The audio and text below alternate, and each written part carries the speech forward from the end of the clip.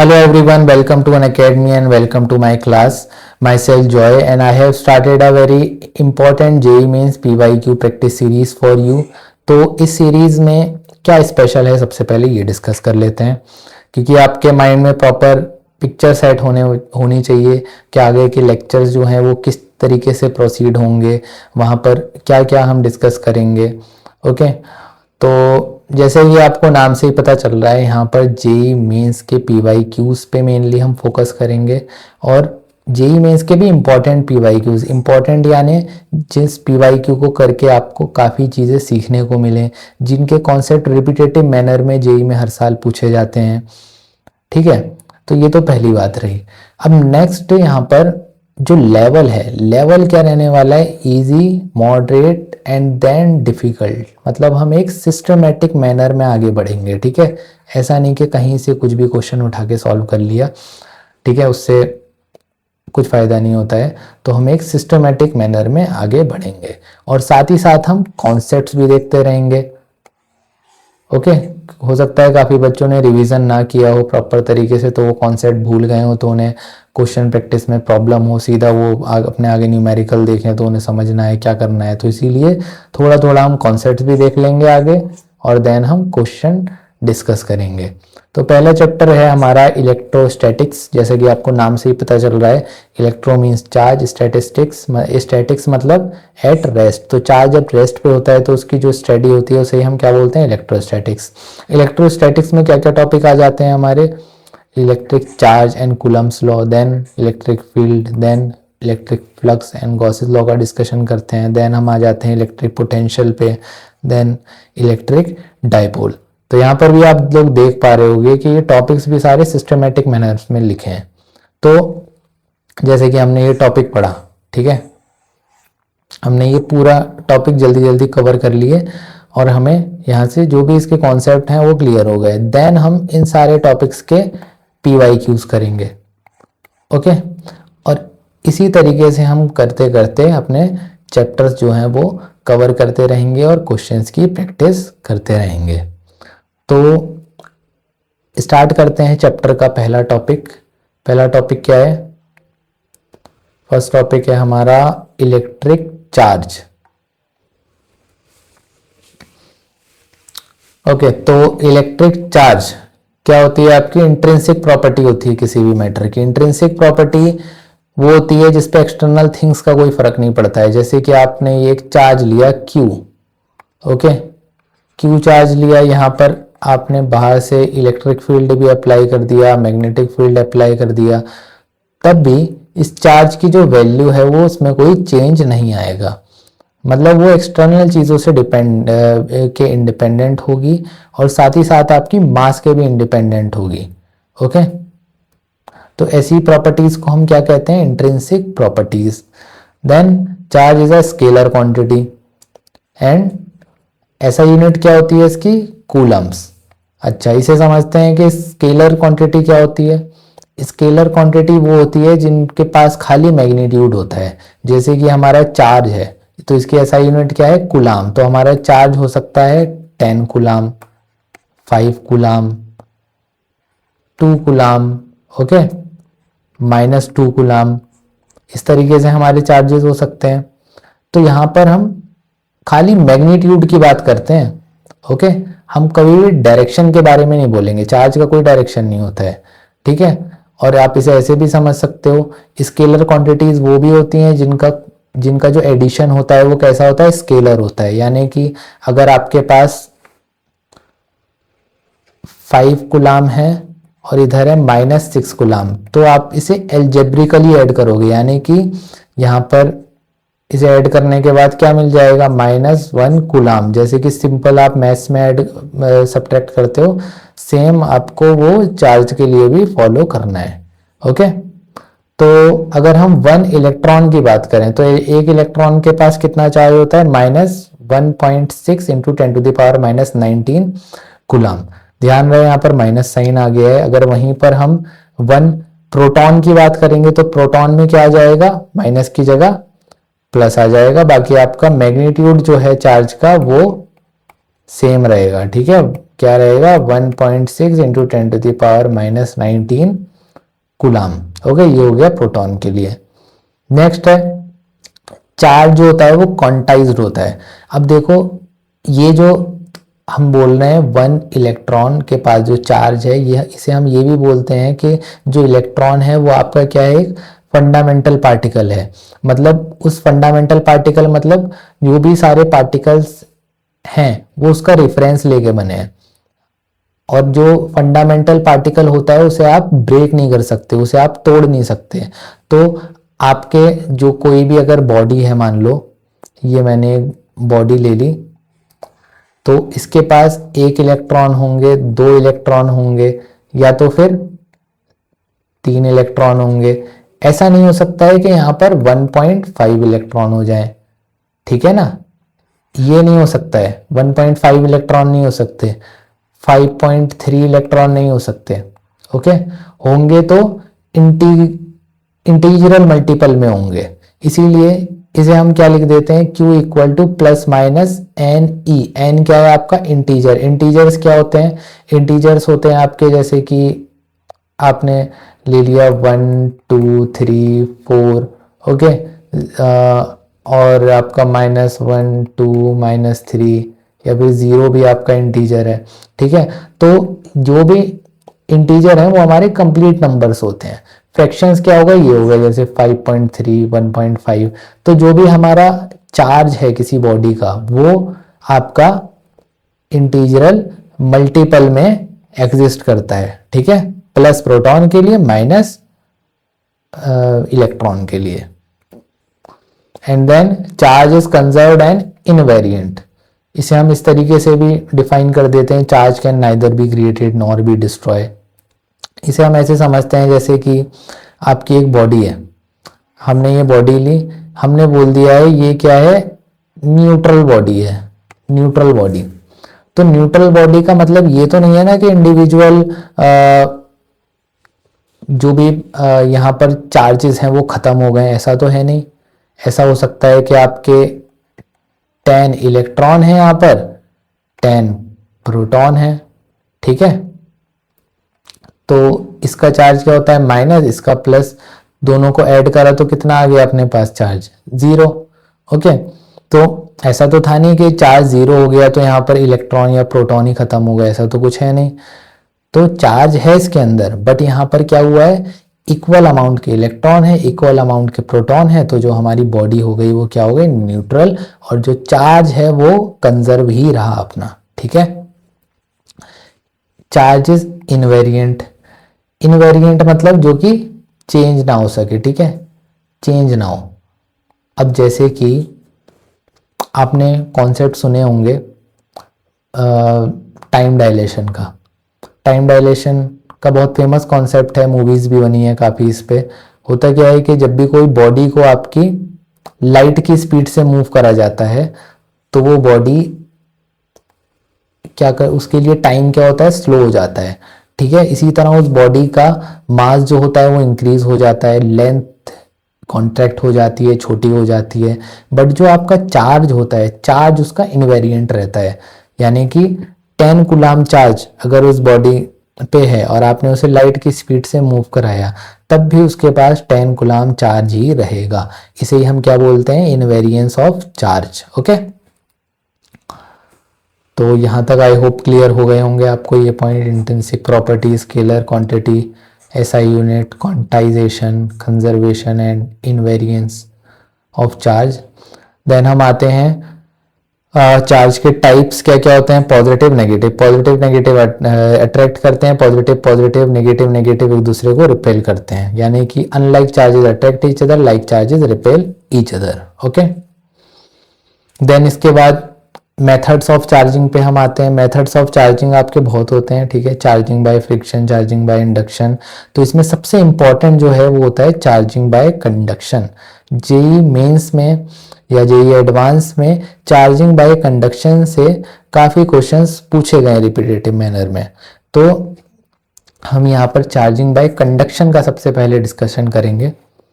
तो कंडक्शन होता क्या है, यानी कि मतलब आपकी बॉडी को टच करा दिया आपस में, ठीक है, कंडक्ट करा दिया। तो उससे जो चार्ज ट्रांसफर होगा उससे हमने क्या करा, दूसरी बॉडी को चार्ज कर दिया। अब देखो यहाँ पर क्या है, दो आइडेंटिकल बॉडीज हैं, इसके पास चार्ज Q है और इसके पास कोई चार्ज ही नहीं है, यानी कि ये जो बॉडी है वो न्यूट्रल है। तो जब आपने इसे टच किया बॉडी को तो टोटल चार्ज कितना था अपने पास, Q चार्ज था। अब Q को हमें क्या करना है, इन ये दोनों क्योंकि बॉडीज आइडेंटिकल हैं तो आइडेंटिकल बॉडीज पे क्या होगा, ये चार्ज इक्वली डिस्ट्रीब्यूट होगा, यानी कि Q/2 इधर चला गया, Q/2 इधर चला गया। तो इसी तरह इन्होंने क्या करा, इक्वल चार्ज शेयर कर लिया आपस में। ओके, इस कॉन्सेप्ट का काफी यूज होने वाला है PYQs में, तो आपको ये बात ध्यान रखनी पड़ेगी। ओके, देन हम आते हैं चार्जिंग बाय इंडक्शन पे। चार्जिंग बाय इंडक्शन जैसे कि आपने बचपन में भी एक्टिविटी करी होगी, आपने स्केल को रब किया बालों में और फिर कुछ पेपर के पार्टिकल लिए। अब जब आप उसे इस तरीके से पेपर के पार्टिकल्स के पास लाओगे तो वो क्या होते हैं, अट्रैक्ट होने लगते हैं उससे। ठीक है, तो यही क्या होती है, चार्जिंग बाय इंडक्शन। ओके, अब देखो यहाँ पर जैसे कि ये आपको दिख रहा है, एक चार्ज बॉडी है जिसके पास चार्ज Q है। तो आप क्या करें, आपने क्या करा, इस बॉडी के पास लाए। ठीक है, इस बॉडी के पास लाए तो ये क्योंकि न्यूट्रल बॉडी है तो न्यूट्रल बॉडी के जो नेगेटिव चार्जेस थे वो क्या करे, आपके पॉजिटिव चार्ज से अट्रैक्ट होके इस तरफ आ गए। ठीक है, पॉजिटिव चार्ज के पास को आ गए और ये पॉजिटिव चार्ज भी नेगेटिव चार्ज के पास को आ गए। तो इससे क्या हुआ, इससे हमें ये देखने को मिला कि आपकी ये जो बॉडी पहले न्यूट्रल थी ये भी क्या हो गई, इसका ये वाला पार्ट देखोगे तो ये चार्ज हो गया, यहाँ पर चार्ज इंड्यूस्ड हो गया। ठीक है, इसे हम बोलेंगे चार्ज इंड्यूस, QIN से इसे लिख देते हैं। तो चार्ज इंड्यूस की वैल्यू क्या होती है, -Q(1-1/E∁0R। एप्सिलॉन नॉट होता है आपका डाई इलेक्ट्रिक कांस्टेंट। ध्यान रहे कि क्वेश्चंस में कई मोस्टली इसे K से भी रिप्रेजेंट कर देते हैं, बट K से मैंने क्यों नहीं लिखा है ये मैं आपको अभी क्लियर हो जाएगा थोड़ी देर बाद। तो ये होता है हमारा डाई इलेक्ट्रिक कांस्टेंट, इसकी वैल्यू होती है ये हम होता है equal to epsilon by epsilon naught. ठीक है, ये भी हम अभी आगे डिस्कस करते हैं कि एप्सिलॉन नॉट एप्सिलॉन क्या है यहाँ पर। तो यहाँ पर देखो लिखा हुआ है induce charge can be lesser और इक्वल टू इंड्यूसिंग चार्ज, मतलब ये जो चार्ज है आपका यहाँ पर Qin, ये आपका इक्वल भी हो सकता है इस Q चार्ज के, या तो फिर ये लेसर होगा। ये डिपेंड करता है इस मटेरियल पे। ठीक है, ये मटेरियल कैसा है उस पर ये डिपेंड करता है, बट ज्यादा नहीं होगा। ओके, लेस हो सकता है या तो फिर इक्वल होगा। देन हम आते हैं कूलम्स लॉ पे। कूलम्स लॉ का ध्यान रहे आपको, कोई भी लॉ जो होता है लॉ का कोई डेरिवेशन नहीं होता है। ठीक है, लॉ को जस्ट हम वेरीफाई कर सकते हैं। तो यहाँ पर कूलम्स ने बताया कि जो जैसे कि दो चार्जेस यहाँ पर रखे गए हैं Q1 Q2, तो इनके बीच में जो फोर्स लगेगा वो डायरेक्टली प्रोपोर्शनल होता है आपके प्रोडक्ट के Q1 Q2 के, और इनवर्सली प्रोपोर्शनल होता है distance, square of distance between them के।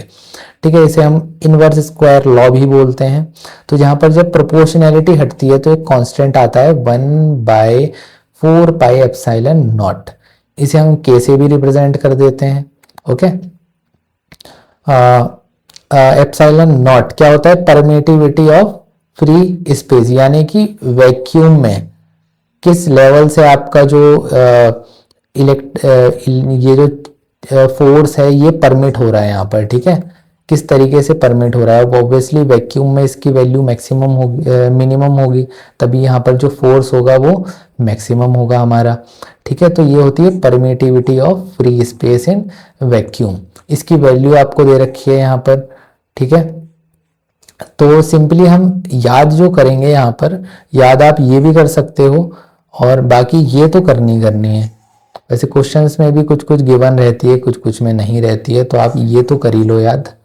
ये क्या होती है आपकी 9 × 10⁹। ठीक है, मल्टीप्लाई भी 9 का, पावर भी 9 की, तो याद भी रहेगी इजिली। इसकी यूनिट भी आप देख सकते हो newton metre square by coulomb square. Okay, अब हम किसी और मीडियम में आ गए, इन एनी अदर मीडियम, तो उस मीडियम की परमिटिविटी क्या होगी, एप्सिलॉन। देखो यहाँ पर फोर्स के फॉर्मूले में लिखा है एप्सिलॉन, एप्सिलॉन आ गया। एप्सिलॉन नॉट नहीं आया, एप्सिलॉन नॉट किसके लिए, वैक्यूम के लिए। तो एप्सिलॉन का रिलेशन हम कैसे लिख सकते हैं, एप्सिलॉन आर के साथ। एप्सिलॉन आर क्या है आपका, डाइलेक्ट्रिक कांस्टेंट, या तो फिर रिलेटिव परमिटिविटी भी कह देते हैं इसे। तो इसे हमने कुछ इस तरीके से लिख लिया, एप्सिलॉन की वैल्यू इक्वल टू क्या आ गई, एप्सिलॉन नॉट एप्सिलॉन आर। ठीक है, तो यहाँ पर देखो आप क्या क्या कॉमन दिख रहा है आपको, ये वाला पूरा पार्ट कॉमन दिख गया, खाली एप्सिलॉन आर बच रहा है। और ये जो मैंने पार्ट अंडरलाइन करा है ये क्या होता है, ये होता है आपका फोर्स, जो कि यहाँ पर लिखा हुआ है। ठीक है, ये इसकी वैल्यू होती है। तो इसकी वैल्यू क्या आ गई, एफ डैश की, एफ डैश इक्वल टू आ गया एफ बाई एप्सिलॉन आर, यानी कि हमारा फोर्स जो है वो रिड्यूस हो गया थोड़ा। ठीक है, देन हम आते हैं प्रिंसिपल ऑफ सुपरपोजिशन पे। ये आपने ग्रेविटेशन चैप्टर में भी पढ़ी होगी।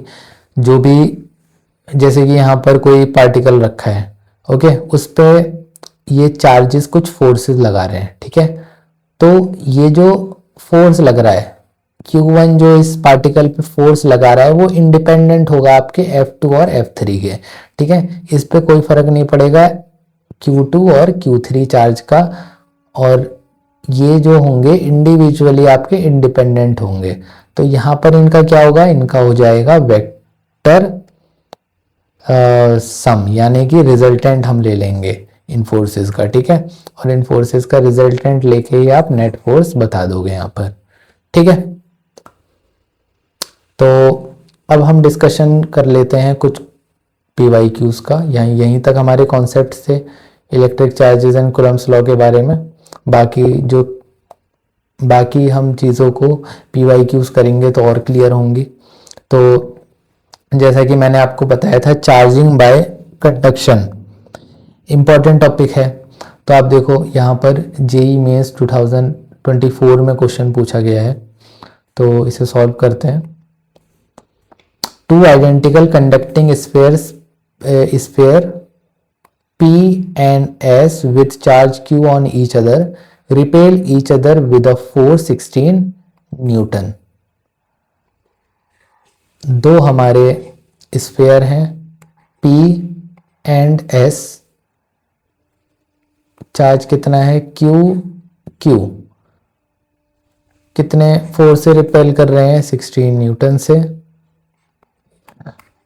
ये भी 16 न्यूटन से रिपेल कर रहा है। ठीक है, एक थर्ड आइडेंटिकल अनचार्ज बॉडी है, इन्हीं के जैसी एक थर्ड अनचार्ज आइडेंटिकल बॉडी है जिसे हमने बोला R, is successively brought in contact with two spheres।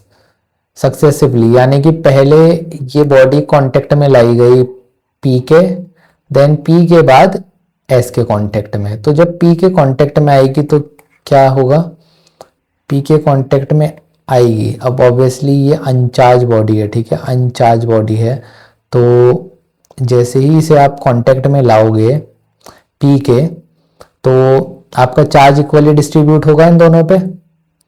यानी कि अगर मेरे पास देखो टोटल चार्ज यहाँ पर Q है, तो इंडिविजुअल बॉडी पे कितना चार्ज आ जाएगा टच कराने के बाद, Q/2।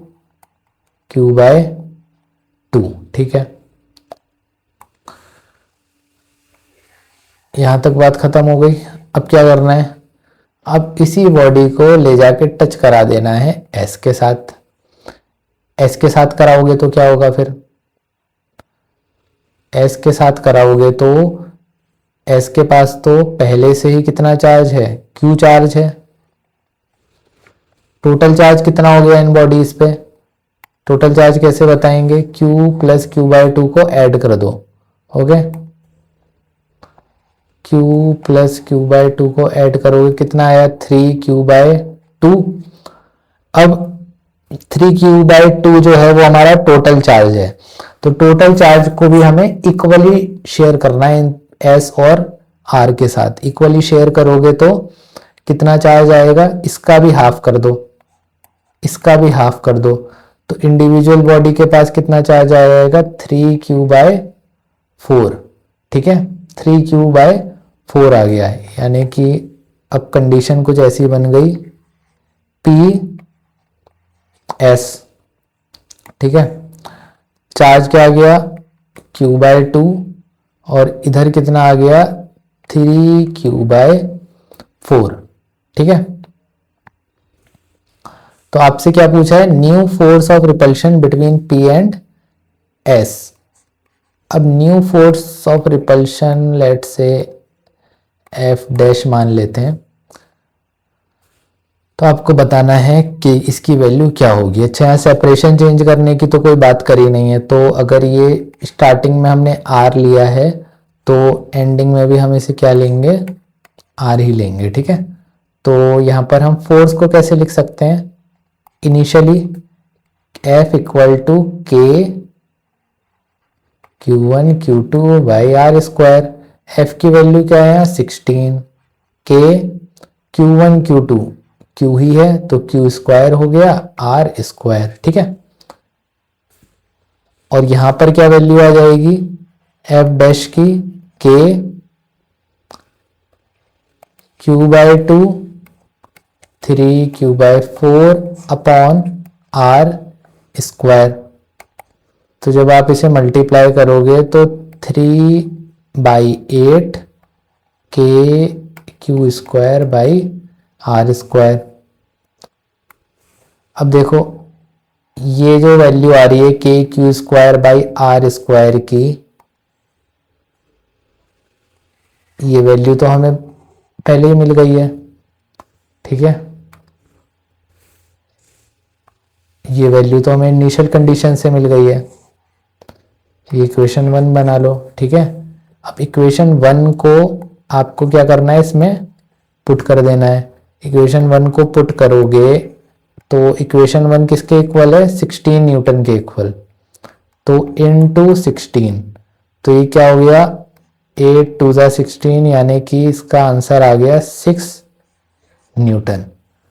तो ऑप्शन बी आपका करेक्ट हो गया, 6 न्यूटन इसका आंसर होगा।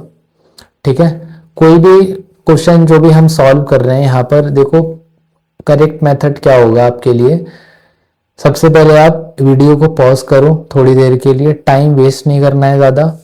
अगर आप देखो अगर आपसे 5 मिनट के अंदर वो क्वेश्चन सॉल्व हो पा रहा है फिर तो ठीक है, नहीं तो आप दोबारा से लेक्चर पे आ जाओ। ठीक है, क्योंकि ऐसे नहीं होता है कि आप खुद ही लग गए क्वेश्चंस में सॉल्व करने और नहीं हो रहे हैं फिर भी आप लगे जा रहे हो, डिमोटिवेट हो रहे हो, ऐसे नहीं होता है। जब आप इसी तरीके के कई क्वेश्चंस लगाओगे तो आपसे ऑटोमेटिकली होने लगेंगे फिर। ठीक है, तो जिससे नहीं हो रहे हैं उसे डिमोटिवेट नहीं होना है बिल्कुल भी। जब हम धीरे धीरे सिस्टमेटिक मैनर में आगे बढ़ेंगे तो आप सॉल्व करने लगोगे। तो ये क्वेश्चन समझ आया सभी को। यहाँ पर हमने क्या करा, चार्जिंग बाय कंडक्शन का यूज करा। आइडेंटिकल स्फीयर्स थे तीनों, आर को पहले क्यू पी से टच कराना है देन एस से टच कराना है, तो यहाँ पर जो चार्जेस हैं वो क्या हुए इक्वली आपके ट्रांसफर होते गए और फिर एक फाइनल रिजल्ट जो हमारे पास था एस को टच कराने के बाद उसका हमने एक्सप्रेशन देखा क्या होगा, और उसी से हमने ये इक्वेशन 1 जो थी इसकी वैल्यूज को इसमें पुट करा, देन हमें आंसर यहाँ से मिल गया। ओके, तो अब नेक्स्ट क्वेश्चन देखते हैं। नेक्स्ट क्वेश्चन क्या है हमारे पास, A simple pendulum has a bob with mass m and charge q. Pendulum string has negligible mass. When the uniform horizontal electric field is applied, the tension in string changes. Okay, तो यहाँ पर कुछ इस तरीके की condition है, आपके पास एक मासलेस स्ट्रिंग है, इसमें आपने एक बॉब को हैंग कर रखा है। ओके,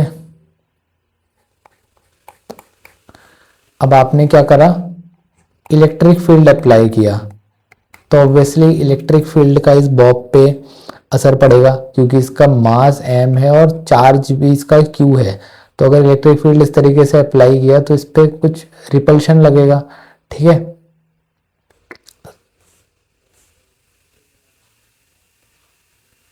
तो रिपल्शन से हमारे पास फॉर्मूला क्या आ जाएगा,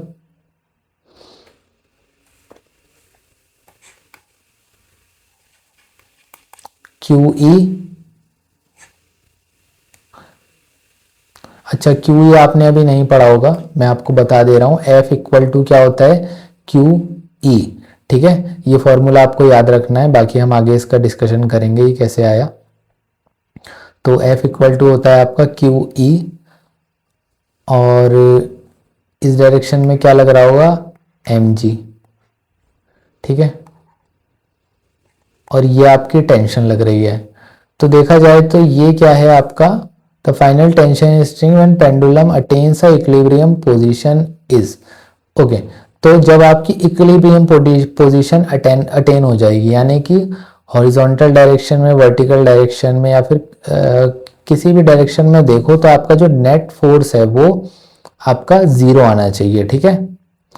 तो ये दोनों क्या है, एक दूसरे के 90 डिग्री पे, ये दोनों 90 डिग्री पे हैं, तो इनका जो रिजल्टेंट है वो आपका कुछ ऐसे आ जाएगा, F R, okay. F R की वैल्यू इक्विलिब्रियम कंडीशन में किसके इक्वल होगी, टेंशन के इक्वल होगी।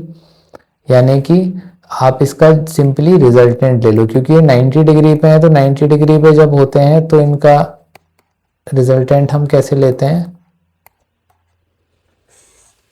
इस तरीके से, ठीक है। तो ये आपका यहां पर इसका आंसर आ गया। तो मैच कर लेते हैं, किससे मैच कर रहा है, ऑप्शन से। तो ये ए से मैच कर रहा है, ठीक है। और काफ़ी इजी क्वेश्चन था, आप लोग देख सकते हो। ऐसा नहीं है जेई में सारे ही डिफिकल्ट आ रहे हैं, बहुत इजी क्वेश्चन भी आ रहे हैं। ये क्वेश्चन कब आया हुआ है, जेई मेंस 2026, अभी जनवरी में ही आया है। तो आप देख सकते हो क्या लेवल है क्वेश्चंस का। और अगर इतने इजी क्वेश्चंस भी आप नहीं कर पाए तो फिर आप एक अच्छी रैंक एक्सपेक्ट नहीं कर सकते हो अपनी, ठीक है। डिफ़िकल्ट क्वेश्चंस तो एक बार में छूट भी जाए तो मान सकते हैं डिफ़िकल्ट हैं, लेकिन जो बहुत इजी क्वेश्चन है वो तो आपको छोड़ने ही नहीं है, ठीक है। तो यहाँ पर देखो, सिंपली मैकेनिक्स में आपने पढ़ा था 11th क्लास में रिजल्टेंट्स वगैरह कैसे लिया जाता है, ठीक है। ठीक है, तो मैकेनिक्स का कॉन्सेप्ट लगा। और इलेक्ट्रोस्टैट में ये formula F equal to QE, यहाँ पर क्या है, इलेक्ट्रिक फील्ड, ठीक है। ये फॉर्मूला याद रखना है आपको, और इन दोनों का फिर रिजल्टेंट ले लेना है। और ये जो FR आएगा रिजल्टेंट, ये आपका टेंशन के इक्वल होगा।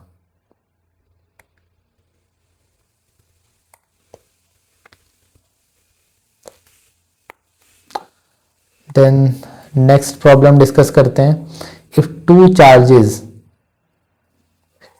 Q1 Q2 are separated by distance d and placed in a medium of dielectric constant K, ठीक है। ये डाइलेक्ट्रिक कांस्टेंट है, इस मीडियम में रख दिया आपने। What will be the equivalent distance between the charges in air for the same electrostatic force, ठीक है। तो ये आपका मीडियम हो गया, सॉरी ये एयर हो गई। एयर या फिर वैक्यूम एक ही बात होती है, ठीक है। एयर वैक्यूम एक ही बात है। एयर को भी हम वैक्यूम की तरह ही कंसीडर करके चलते हैं न्यूमेरिकल्स में। तो एयर की कंडीशन ये हो गई। अच्छा, एयर है तो हाँ, डाइलेक्ट्रिक हम हटा देंगे यहाँ से, ठीक है। अब क्या करा, इन चार्जेस को हमने किसी अगर मीडियम में ले रहे हैं, Q1 Q2,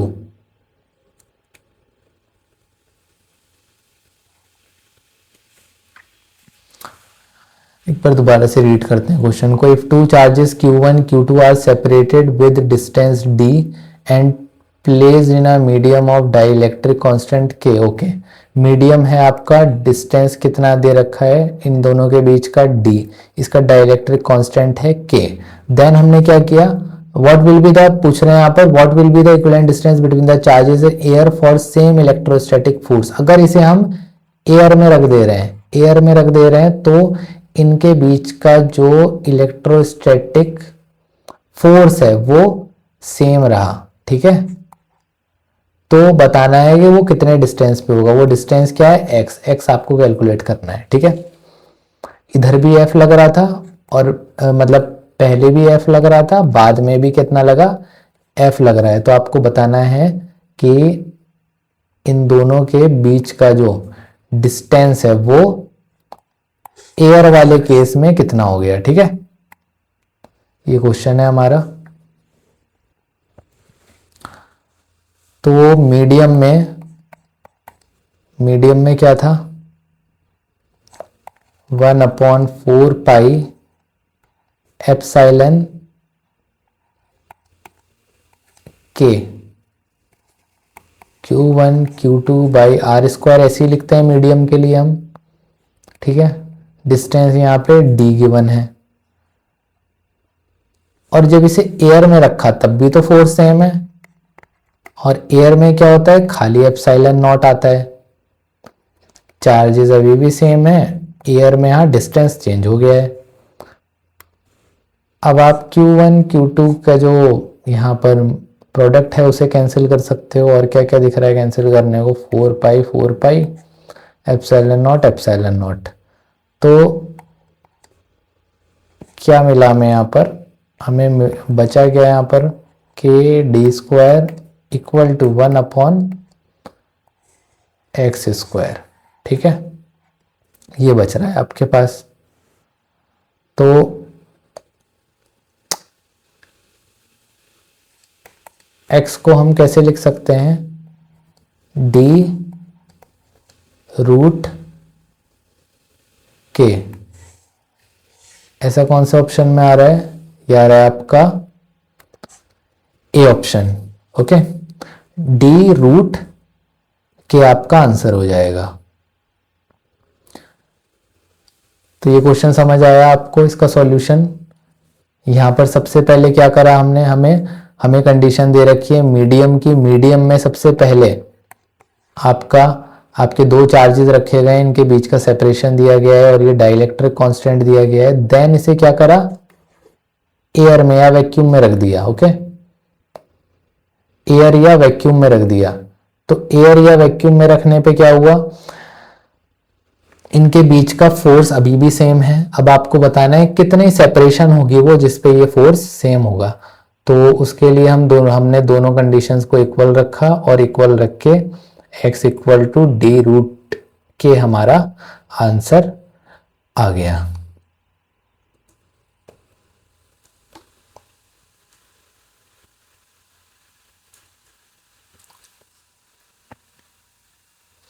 नेक्स्ट क्वेश्चन देखते हैं।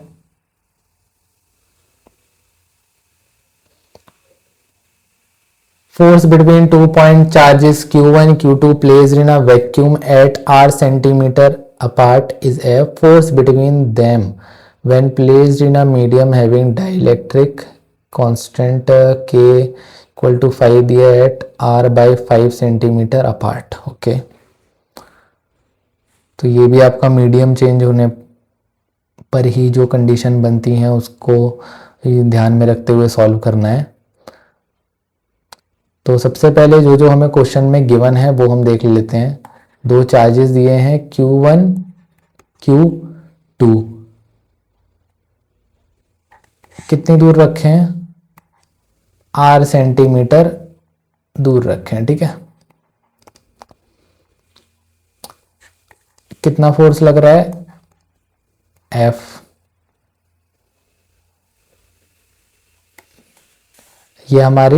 ये फर्स्ट स्टेटमेंट जो दिया है इसकी कंडीशंस हो गई। देन क्या बोला है, force between them when placed in a medium. अच्छा, ये हमारे एयर या वैक्यूम की कंडीशन हो गई। अब क्या करा आपने, इसे मीडियम में रख दिया, ठीक है। मीडियम में रखने पे क्या हुआ, मीडियम में रखने पे इसका जो डिस्टेंस है, डिस्टेंस आपने कर दिया r/5, ओके, सेंटीमीटर। चार्जेस तो सेम है हमारे Q1 Q2।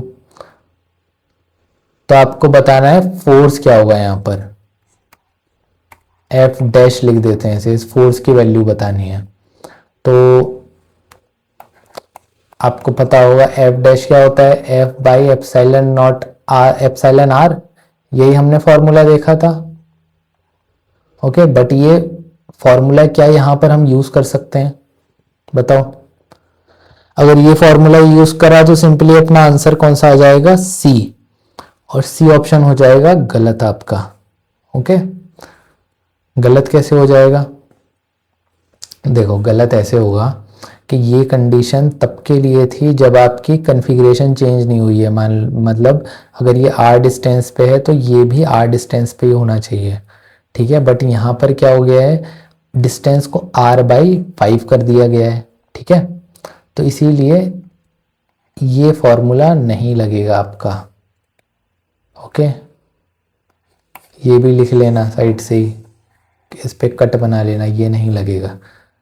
तो आपको इसे सिस्टमेटिक तरीके से ही सॉल्व करना पड़ेगा। f क्या होता है अपना, f होता है 1/4πε0 Q1 Q2/r²। तो देखो यहाँ पर ये Q1 Q2 का प्रोडक्ट और 4π, ये पूरी टर्म कांस्टेंट रहने वाली है, तो इसे हम प्रोपोर्शनैलिटी की तरह लिख लेते हैं, 1/ε0r², ठीक है। इसी तरह अगर f डैश की प्रोपोर्शनैलिटी देखोगे तो क्या बनेगी, क्योंकि यहां पर एक मीडियम आ गया, ओके, मीडियम आ गया और आपको डाइलेक्ट्रिक कांस्टेंट क्या दिया है, 5, यानी कि ε/ε0। तो जो एप्सिलॉन आएगा वो किसके इक्वल आएगा, 5 के। तो यहाँ पर एप्सिलॉन की वैल्यू क्या आ जाएगी, 5 ε0, ठीक है। और आपकी r की वैल्यू क्या होगी, r की वैल्यू दे रखी है r/5²।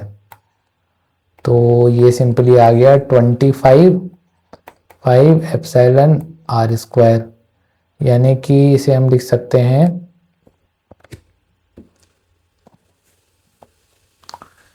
इसे हम लिख सकते हैं 5/ε0r², ठीक है।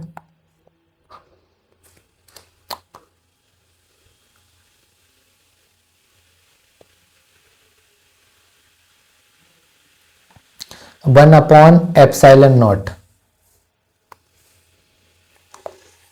1/ε0r², ये किसके इक्वल है आपका,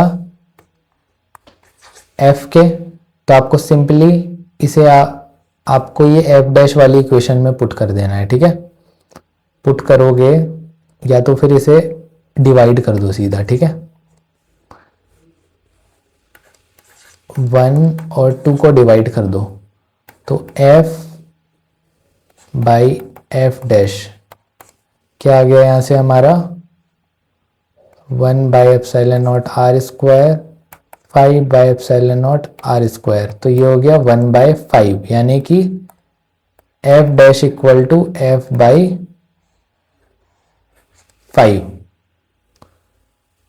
ओके, तो आपका कौन सा आंसर आ रहा है,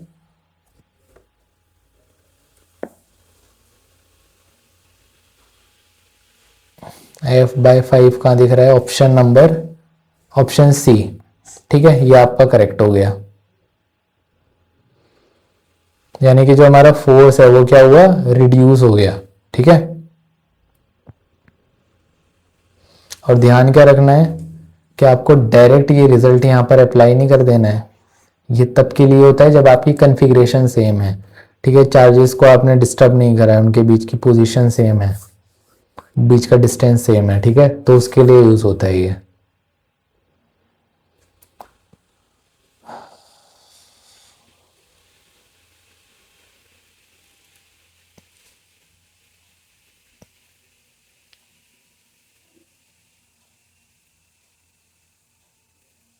सॉरी सॉरी, यहाँ पर कुछ गलती हुई है मल्टीप्लाई में। इसका आंसर जो है वो 5f होगा। देखो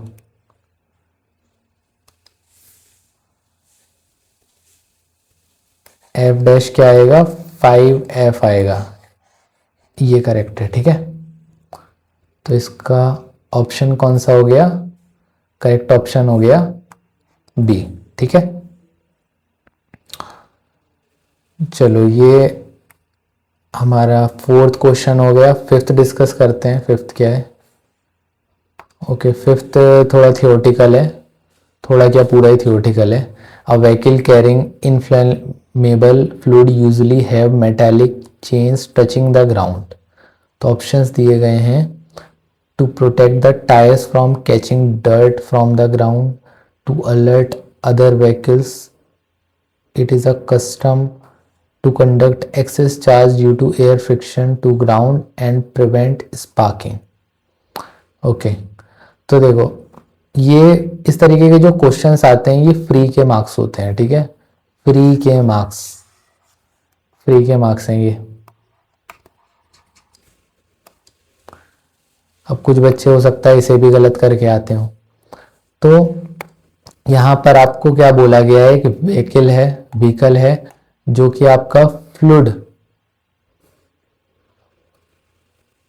इन्फ्लामेबल फ्लूइड कंडक्ट करती है, यानी कि जिसमें आग लग सकती है। ठीक है, तो उससे मेटालिक चेन्स को हैंग करा जाता है जो कि ग्राउंड को टच करती हैं। तो ऐसा क्यों करा जाता है? अब देखो, ऑब्वियस सी बात है, आप इलेक्ट्रोस्टैट पढ़ रहे हो। ठीक है, तो इस तरीके के इलॉजिकल आंसर्स ऑप्शंस का तो कोई चांस बनता नहीं है। क्या लिखा है? To protect tyres from catching dirt, to alert other vehicles, नहीं। It's a custom, no. To conduct excess charge due to air friction to ground to and prevent sparking, ये बिल्कुल सही है। देखो होता ऐसा है कि जब आपकी गाड़ी मूव करती है तो एयर फ्रिक्शन की वजह से वहाँ पर चार्जेस आ जाते हैं। इसे क्या बोला जाता है? Charges by friction. जैसे कि आपने क्या करा, स्केल को रब किया अपने हेयर्स में, तो इस स्केल के पास क्या आ गई, क्या आ गए? चार्जेस आ गए। अब वो जो चार्जेस हैं वो जब आप के पेपर के पास ले जाओगे तो वो पेपर्स उससे अट्रैक्ट होंगे, तो वो हो गया चार्जिंग बाय इंडक्शन। बट जो इसके पास चार्ज आया रब करने पर वो क्या है? Charging by friction. तो इसी तरह जो एयर पार्टिकल्स, जब कोई भी व्हीकल मूव करती है उस पर एयर पार्टिकल्स कंटिन्यूसली स्ट्राइक कर रहे होते हैं आकर, तो वो जो स्ट्राइकिंग पार्टिकल्स हैं वो क्या कर देते हैं? उसे चार्ज कर देते हैं। और चार्ज कर दिया यानी कि अगर बॉडीज, अगर वहाँ पर कुछ कोई भी बॉडी कांटेक्ट में आई, कुछ भी हुआ तो आपकी स्पार्किंग हो सकती है। ठीक है, स्पार्किंग हुई और आपके व्हीकल क्या कंडक्ट कर, क्या क्या कैरी कर रही है? इन्फ्लामेबल फ्लूइड, यानी कि जिसमें आग लग सकती है। तो जैसे ही स्पार्क होगा वैसे ही हमारी व्हीकल क्या करेगी? आग पकड़ लेगी। तो इसीलिए इसका करेक्ट ऑप्शन हो जाएगा डी। ठीक है,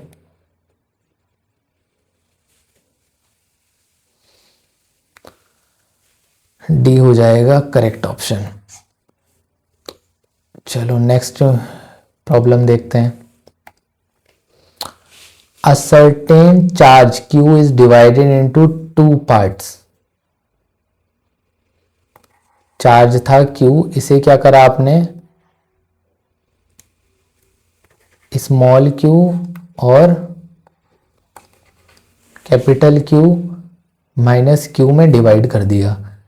इसे ऐसे समझो कि Q चार्ज आपने निकाला तो दूसरा के, तो इसके पास कितना चार्ज बचा? Capital Q minus small q। ठीक है, तो बोला है क्वेश्चन में, how should the charge Q and Q small q be divided so that small q and capital Q minus small q placed a certain distance apart experience the maximum electrostatic repulsion. Okay, इन charges को कितना दूर रखें कि यहाँ पर जो आपका इलेक्ट्रोस्टैटिक रिपल्शन होगा, फोर्स लगेगा, उसकी वैल्यू मैक्सिमम हो। कितना दूर रखें, ये x डिस्टेंस बताना है। तो देखो जब भी मैक्सिमम या मिनिमम वैल्यू हमें फाइंड आउट करनी होती है तो उसके लिए हम क्या यूज करते हैं, मैथ्स में आपने पढ़ा होगा मैक्सिमा मिनिमा का कॉन्सेप्ट। ठीक है, मैक्सिमा मिनिमा का कॉन्सेप्ट हम यूज करते हैं। तो मैक्सिमा मिनिमा में क्या होता है, हम जो भी वैल्यू हमें दी गई है उसे डिफरेंशिएट करके जीरो के इक्वल रख देते हैं यार, तो वहां से हमें बॉडी की मैक्सिमम वैल्यू पता चल जाती है। एफ क्या होता है, एफ होता है हमारा के Q1 Q2 by are square. तो यहां एफ क्या होगा, Q1 क्या है Q, Q2 क्या है capital Q minus Q upon r square. अब इसे क्या करो आप, डिफ्रेंशिएट कर दो विद रिस्पेक्ट टू Q। अच्छा, डिस्टेंस हो गया हमारा एक्स स्क्वायर। तो Q के रिस्पेक्ट में हमें इसे डिफ्रेंशिएट करना है क्योंकि Q ही तो चेंज हो रहा है, एक जगह से दूसरी जगह जा रहा है। ठीक है, तो देखो इधर दो वेरिएबल दिख रहे हैं आपको, यहाँ पर u v वाला रूल लग जाएगा। एक बार आप u को डिफ्रेंशिएट करोगे, v को ऐसे ही छोड़ दोगे, देन ऐड करोगे, v को डिफ्रेंशिएट करोगे, u को ऐसे ही छोड़ दोगे। ठीक है, तो यहां पर हमने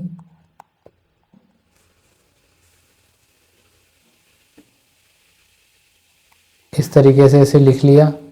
ये तो अपना कांस्टेंट ही है, पूरी वैल्यू चेंज क्या हो रही है, स्मॉल q और q माइनस q। तो एक बार इसे डिफरेंशिएट करना है, देन एक बार इसे। तो q को डिफरेंशिएट करोगे विद रिस्पेक्ट टू q, तो क्या हो जाएगा 1। ठीक है, और ये capital Q minus small q ऐसे ही आ गया, प्लस अब क्या करोगे, इसे डिफरेंशिएट करोगे कैपिटल Q माइनस Q वाले को। तो इसे डिफरेंशिएट करा तो ये तो आपका 0 हो गया, माइनस स्मॉल q क्या आ गया 1, और स्मॉल q इधर ऐसे ही रह गया, इक्वल टू 0। अब इसे सॉल्व करो, q minus 2q equal to 0। तो स्मॉल q क्या हो गया, q बाय 2। ठीक है,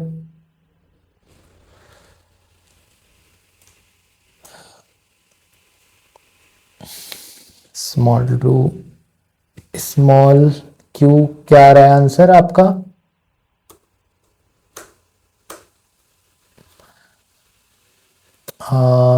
आंसर आ गया हमारा ए। ठीक है, ए ऑप्शन हमारा करेक्ट ऑप्शन हो गया।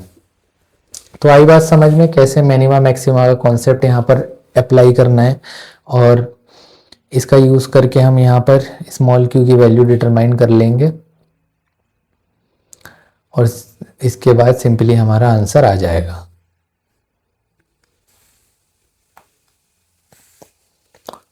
देन नेक्स्ट क्वेश्चन,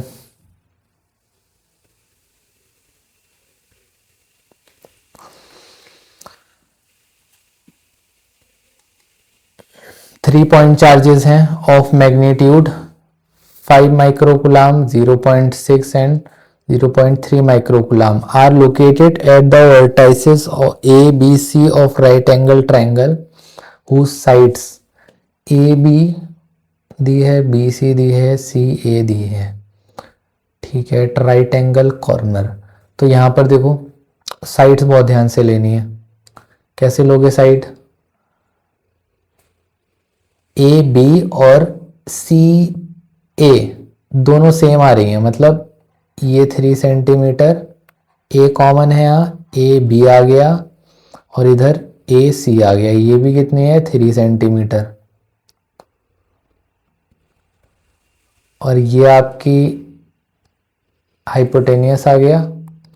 इसकी लेंथ कितनी दी है 3√3 सेंटीमीटर। ठीक है, अब चार्जेस को रख देते हैं पॉइंट्स पर। हमारा ए पे कितना चार्ज था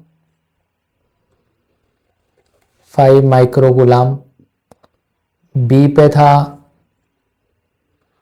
0.616 माइक्रोकुलाम, सी पे था 0.3 माइक्रो कुलाम।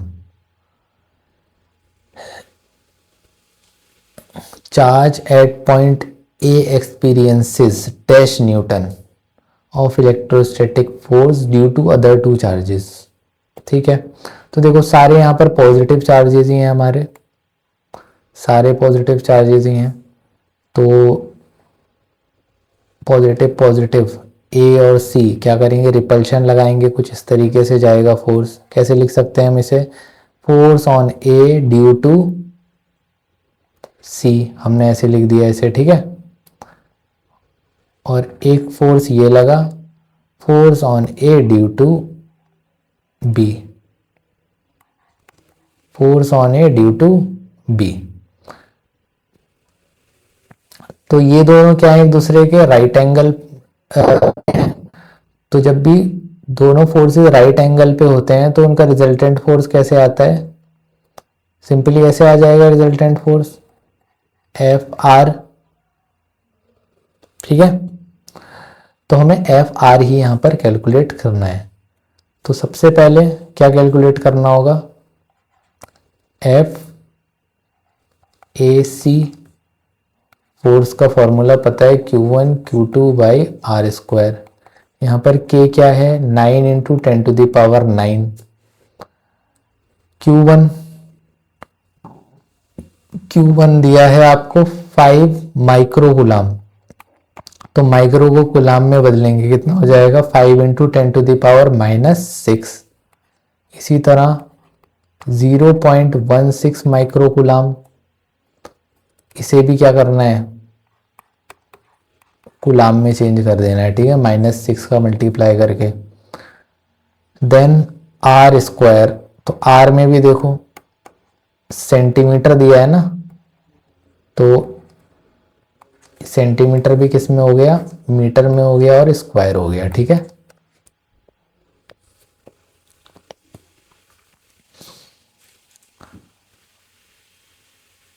अब इसे सॉल्व कर लेते हैं हम। सॉल्व करने पे क्या आ जाएगा, ये तो ऐसे ही आ गया 9 इंटू 10⁻9, और ये आपका क्या हो गया 0.85 को जब आपने 0.16 से मल्टीप्लाई करा इंटू 10⁻12, 9 स्क्वायर है तो 9 हो गया, -4, 9 से 9 कैंसिल, और ये आपका 13 हो जाएगा।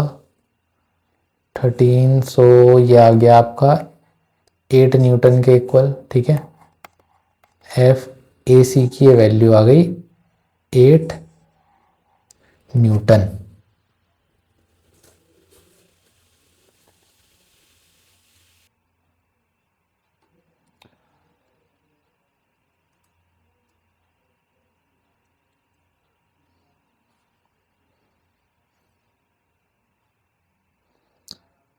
तो एफ ए सी हमारा फोर्स आ चुका है। नेक्स्ट जो फोर्स हम कैलकुलेट करेंगे वो है एफ ए बी।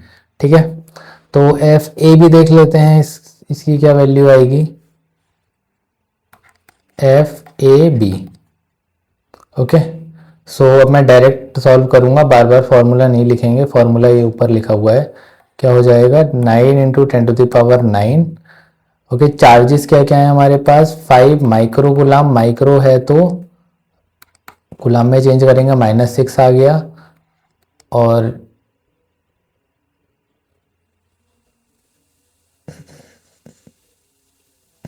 अच्छा ये ए बी होगा आपका। देखो यहाँ पर चार्ज क्या लिया है हमने 0.16, तो ये क्या हो गया ए बी।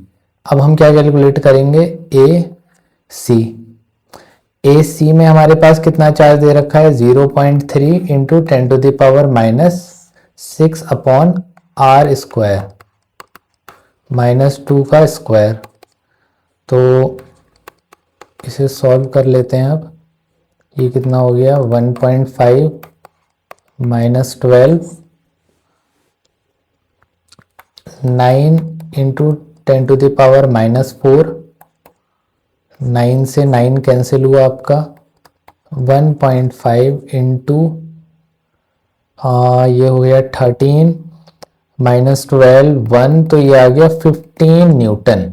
यानी कि यहाँ पर अब आपको क्या करना है, अब आपको करना है 15 और 8 का वेक्टर सम लेना है, यानी कि रिजल्टेंट लेना है। तो रिजल्टेंट की वैल्यू क्या होगी, दोनों 90 डिग्री पे हैं, तो 8 का स्क्वायर और 15 का स्क्वायर। 8 का स्क्वायर क्या होता है 64, 15 का होता है 225। इसे ऐड करोगे कितना आया,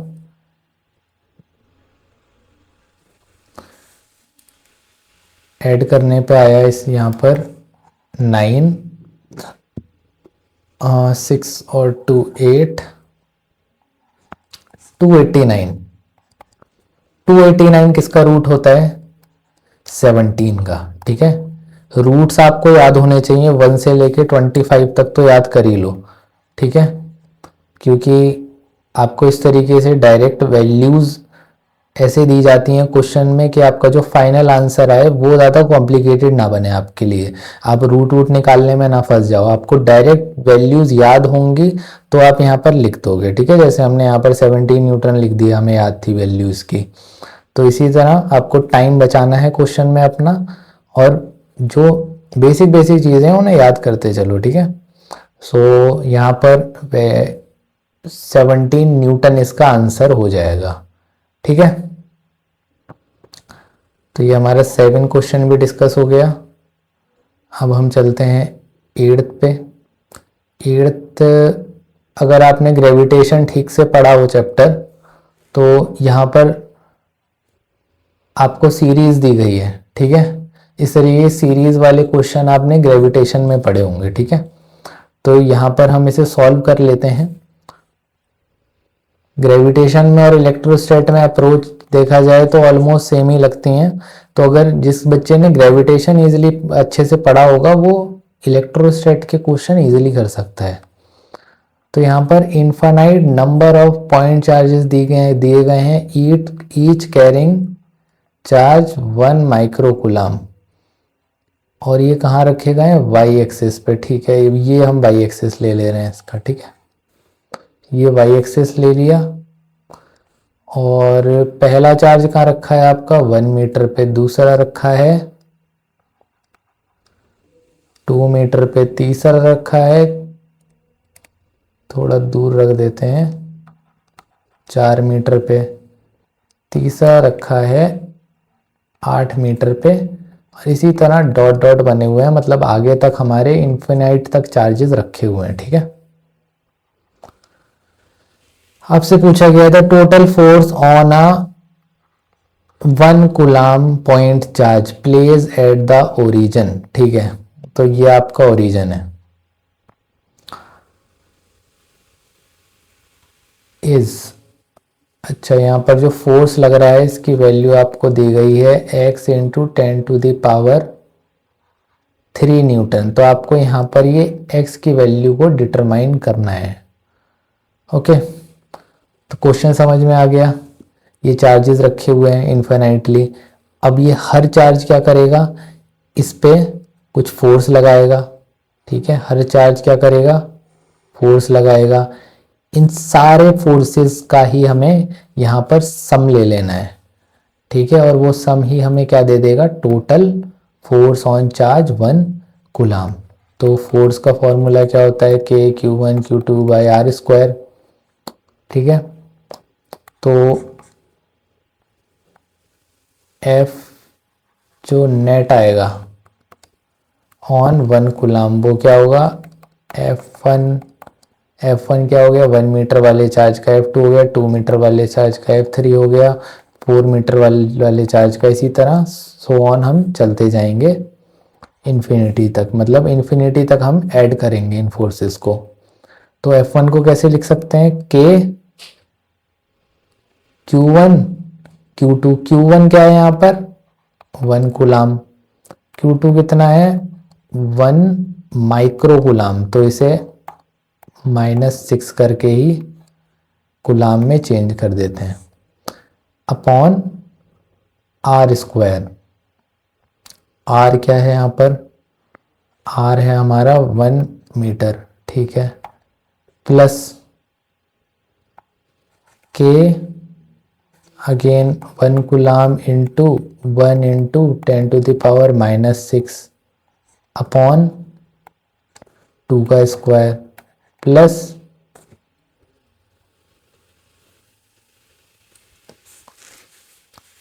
के 1 coulomb into 10⁻⁻6 coulomb upon 4 square, ठीक है, फिर प्लस के 1 कूलाम इंटू 10⁻⁻6 कूलाम अपॉन 8 का स्क्वायर। 8 किस में, ये सारे किस में दिए हैं, मीटर में, ठीक है, ये सारे मीटर में गिवन है। तो आप क्या कर लो, यहाँ पर क्या क्या कॉमन दिख रहा है, के कॉमन है, ठीक है, और 10⁻⁻6 कॉमन है, बाकी फिर बचा के अंदर 1 का स्क्वायर 1 हो गया अपॉन 2 का स्क्वायर 4, 16 प्लस 64 डॉट डॉट कहाँ तक ऐड होगा, इन्फिनिटी तक, ठीक है। तो ये जो सीरीज दी गई है आपको यहाँ पर, इस सीरीज को हम क्या बोलते हैं, जीपी सीरीज। कैसे हो गई जीपी सीरीज, देखो ये होती है जीपी सीरीज, ठीक है।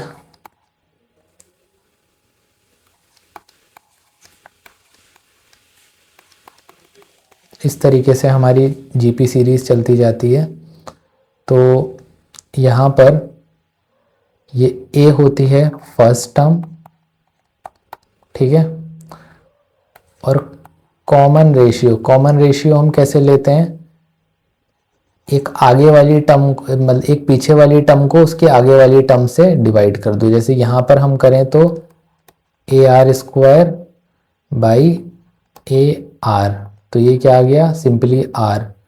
इसी तरह इसको डिवाइड करके देख लो, इसको डिवाइड कर लेते हैं इससे, तो एक आगे वाली टर्म को लिखा हमने और यहाँ पर उसके पहले वाली टर्म को लिख दिया ए आर स्क्वायर, तो ये कितना हो गया, आर आ गया, ठीक है। ये आ गया हमारा कॉमन रेशियो। तो इसी तरह अगर आप इस सीरीज को देखो, ये जो हमारी मेन सीरीज है जो उसका हमें आंसर निकालना है सॉल्व करके, तो के की वैल्यू हम रख देते हैं क्या होगी। अच्छा पहले सम का फॉर्मूला देख लो, सम का फॉर्मूला क्या होता है, S M sum A by 1 minus r, ठीक है। आर क्या है आपका, कॉमन रेशियो, ठीक है, आर हो गया कॉमन रेशियो। तो ए यहां पर क्या दिया है हमें, ए दिया है 1 upon 1 minus r, r 1/4 upon 1 क्या आएगा, 1/4, 1/16 अपॉन 1/4 क्या आएगा, 1/4। तो कॉमन रेशियो हो जाएगा हमारा 1/4। के की वैल्यू 9 इंटू 10⁻⁹ इंटू 10⁻⁻6,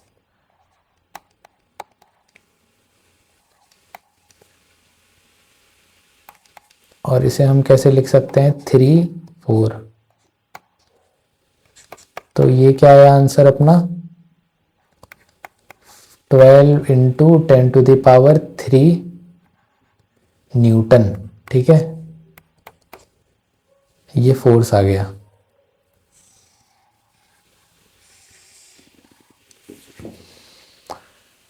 क्वेश्चन में क्या पूछा था, क्वेश्चन में हमसे पूछा था,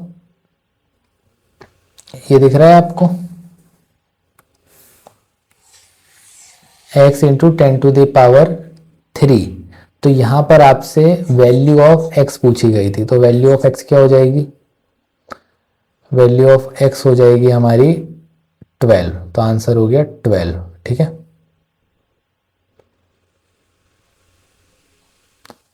तो इस तरीके के क्वेश्चन में आपको सिंपली जीपी सीरीज पता होनी चाहिए कैसे लिखते हैं। अब जीपी सीरीज देखो, इसका भी देखा जाए तो मैथ्स में पूरा चैप्टर होता है एपी जीपी का, तो हमें पूरा चैप्टर तो पढ़ना नहीं है। जीपी सीरीज में बस आपको ये वाला केस ध्यान में रखना है। अब सम के भी बहुत सारे केसेस होते हैं, ठीक है, मैथ्स में, लेकिन हमको बस ये वाला केस याद रखना है। इस केस में हो क्या रहा है, आपकी जो भी आर की वैल्यू है, आर की वैल्यू क्या आएगी, 1 से लेस आएगी, ठीक है। तो इस तरीके से आपको सम कर देना है यहाँ पर। जैसे कि यहाँ पर आर की वैल्यू क्या आई थी, 1/4, जो कि 1 से लेस है, ठीक है। देन क्वेश्चन 9, क्वेश्चन 9 क्या है,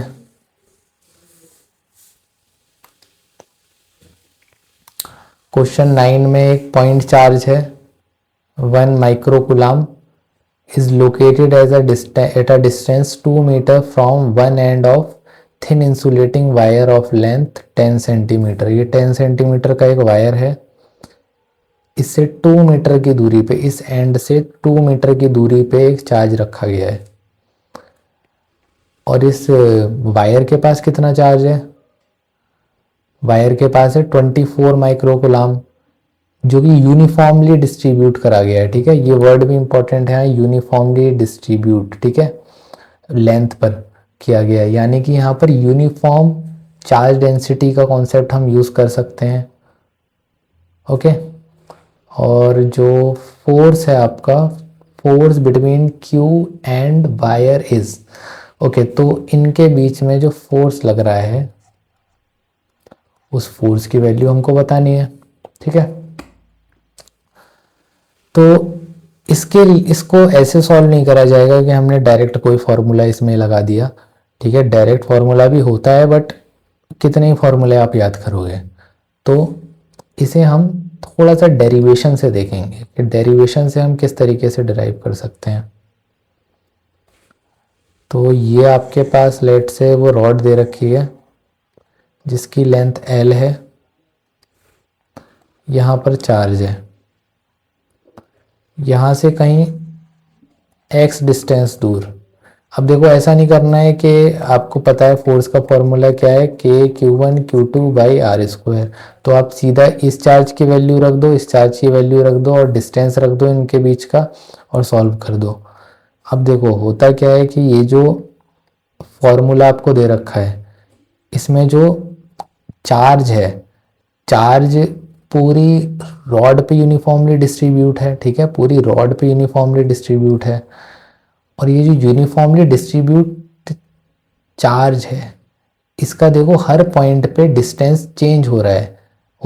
इस पॉइंट पे कुछ और चार्ज होगा, हो सकता है 1 माइक्रोकूलम हो, इस पे हो सकता है 2 माइक्रोकूलम हो, ठीक है।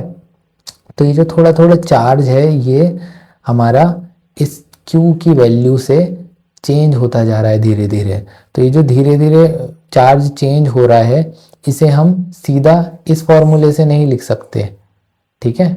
ये फॉर्मूला हम यहाँ पर नहीं लगा सकते डायरेक्ट, इसके लिए हमें यूज करना पड़ेगा इंटीग्रेशन का, क्योंकि यहाँ पर प्रॉपर मैनर में एक वेरिएशन हो रहा है, ठीक है। ये देखो यहाँ पर x डिस्टेंस दूर है ये,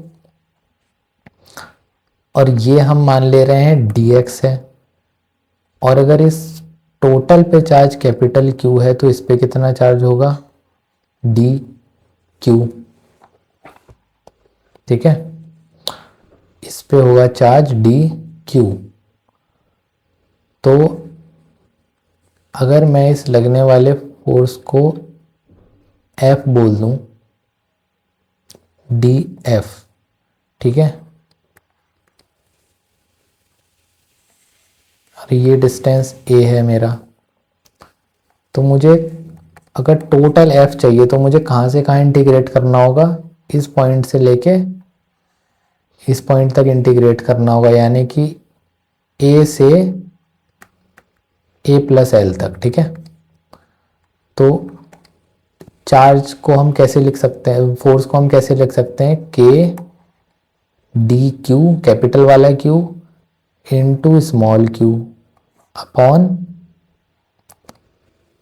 एक्स स्क्वायर, ये देखो इनके बीच का डिस्टेंस, ठीक है, एक्स स्क्वायर इक्वल। अब यहाँ पर इंटीग्रेशन करना है और इंटीग्रेशन में लेंथ को लेना है कहाँ से कहाँ तक, ए प्लस ए से ए प्लस एल तक।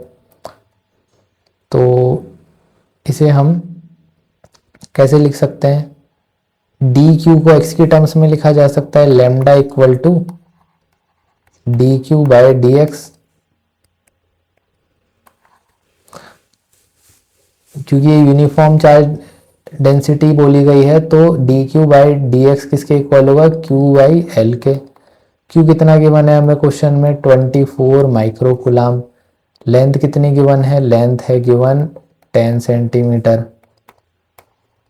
24 इंटू 10 की पावर 6 से माइक्रो को गुलाम में चेंज कर दिया और इसे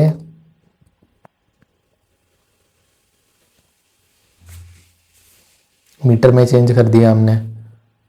तो इसे हम कैसे लिख सकते हैं, 24 into 10 to the power -5 coulomb per metre, ठीक है। ये हमारी हो गई लैम्डा की वैल्यू।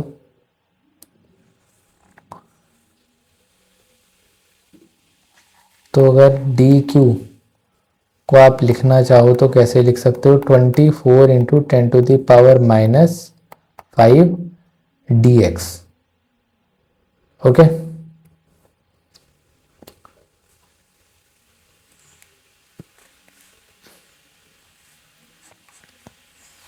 तो डायरेक्ट वैल्यूज ही ले रख के सॉल्व कर लेते हैं। 9 into 10 to the power 9, d q कितना है, 24 into 10 to the power -5 d x को चलो बाद में लिख लेंगे। क्यू कितना है, क्यू अपने को क्वेश्चन में दे रखा है 1 माइक्रो कूलाम, यानी कि 10 to the power -6 upon x square,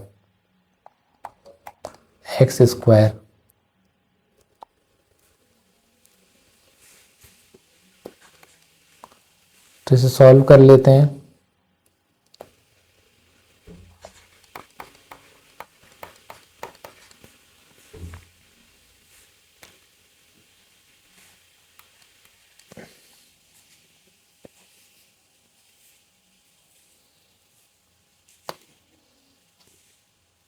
यहाँ पर d x by x square का इंटीग्रेशन करना है, ठीक है। तो इसका इंटीग्रेशन क्या होता है, आपका इधर माइनस आ गया 1 अपॉन एक्स, कहाँ से कहाँ तक करना है, इंटीग्रेशन होगा इसका 2 सेंटीमीटर से 10 + 2 सेंटीमीटर, यानी कि 12 सेंटीमीटर, ठीक है।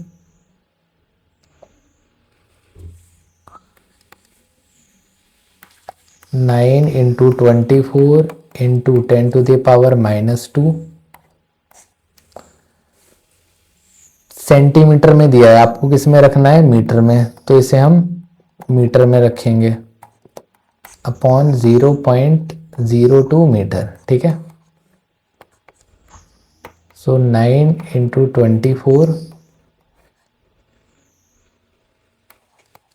0.10 0.12 इंटू 2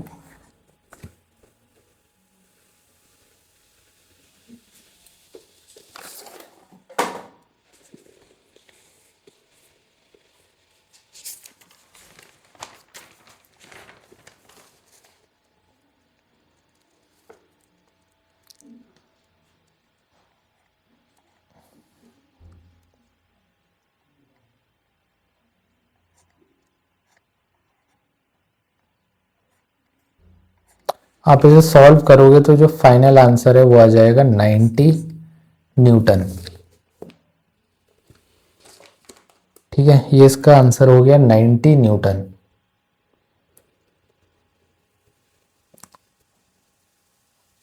तो इस न्यूमेरिकल से हमें क्या सीखने को मिला कि जब भी रॉड का केस दिया जाएगा तो हमें डायरेक्ट फॉर्मूला यूज नहीं कर देना है, आपसे यहाँ पर फॉर्मूला फोर्स पूछा है इनके बीच का, तो डायरेक्ट ये फॉर्मूला यूज़ नहीं करना है, यहाँ पर हमें इंटीग्रेशन का यूज़ करना है, क्योंकि जो भी चार्ज है वो थोड़ा थोड़ा चार्ज धीरे धीरे डिस्टेंस इंक्रीज होता हुआ डिस्ट्रीब्यूट है।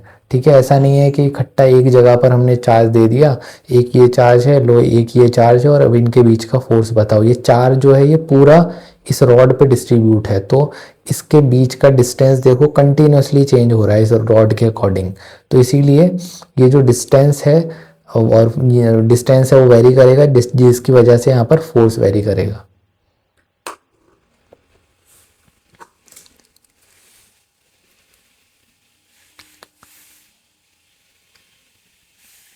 अब नेक्स्ट क्वेश्चन देखते हैं।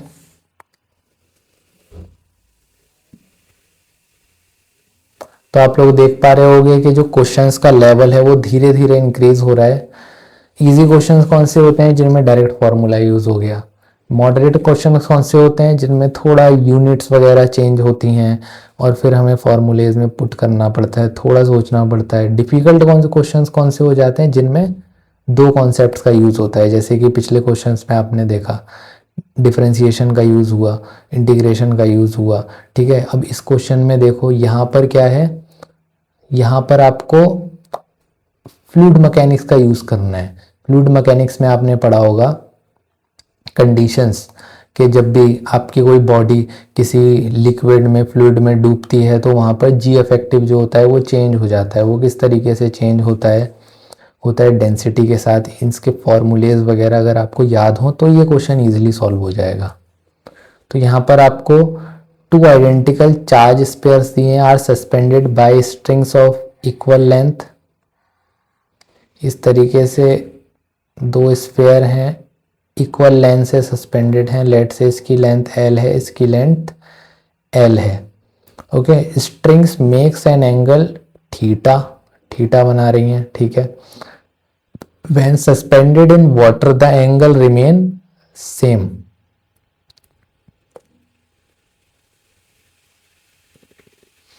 ओके, मतलब ये पहले तो आपकी वैक्यूम में रखी होंगी, देन क्या करा होगा इन्हें आपका वाटर में रख दिया। ठीक है, तब भी ये क्या है, आपका जो एंगल है एंगल सेम बना रही है। ठीक है, इस तरीके से हमने समराइज कर दिया थोड़ा क्वेश्चन को। If density of material of sphere is 1.5 gram, density of object क्या दी है 1.5 ग्राम पर centimetre cube, the dielectric constant of water will be.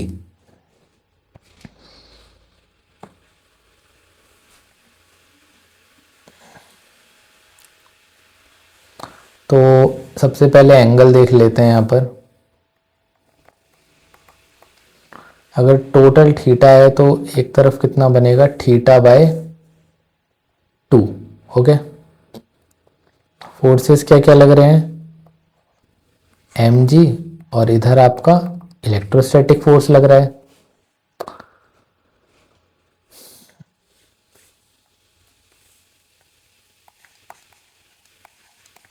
Tan theta अगर आपसे लिखने को बोला जाए तो ये इसका परपेंडिकुलर हो गया और mg बेस हो गया। तो इसे हम कैसे लिख सकते हैं, F E by m g. ये किसका केस है, अच्छा ये है हमारा वैक्यूम वाला। ठीक है, ये वैक्यूम वाला केस है।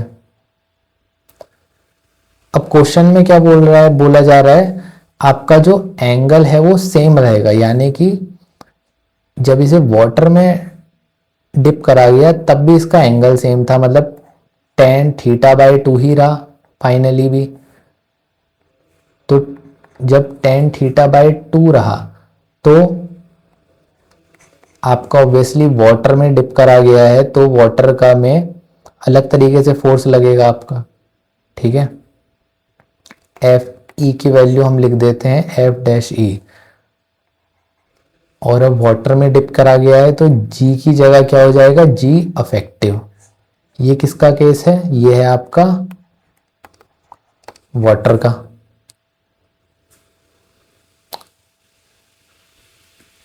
अब देखो यहां पर एफ ई, तो मीडियम के लिए जब एफ डैश दे रखा होता है, मतलब एफ डैश आपको कैलकुलेट करना है, तो हम सिंपली क्या लिख सकते हैं उसे, F E upon dielectric constant. Dielectric constant की क्या वैल्यू दी है यहां पर,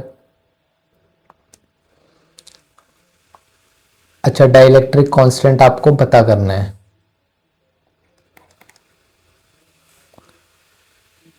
अपॉन एम जी, और इधर क्या किससे डिवाइड करना है अपने को, एम जी अफेक्टिव। अच्छा जी अफेक्टिव को हम कैसे लिखते हैं, g effective equal to g 1 - rho of liquid upon rho of object. ठीक है, ये होती है जी इफेक्टिव की वैल्यू। तो जी इफेक्टिव की जगह हम लिख सकते हैं G1 - डेंसिटी ऑफ वाटर, यानी कि लिक्विड कितनी दे रखी है 1 ग्राम/सेंटीमीटर क्यूब, डेंसिटी ऑफ ऑब्जेक्ट कितनी दी है 1.5 पर gram centimetre cube.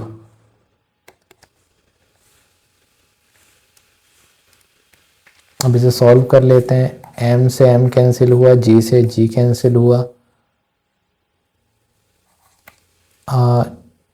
F E से भी देखा जाए तो एफ ई कैंसिल, सो 1 = k 0.5 अपॉन 1.5, पॉइंट से पॉइंट कैंसिल, तो 1.5 सॉरी 15/5 अपॉन के, जो कि इक्वल है 1k। तो k की वैल्यू क्या आ गई 3। तो यहाँ पर हमारा डाइलेक्ट्रिक कांस्टेंट जो है उसकी वैल्यू हो जाएगी 3। क्लियर, 3 हो गई इसकी वैल्यू।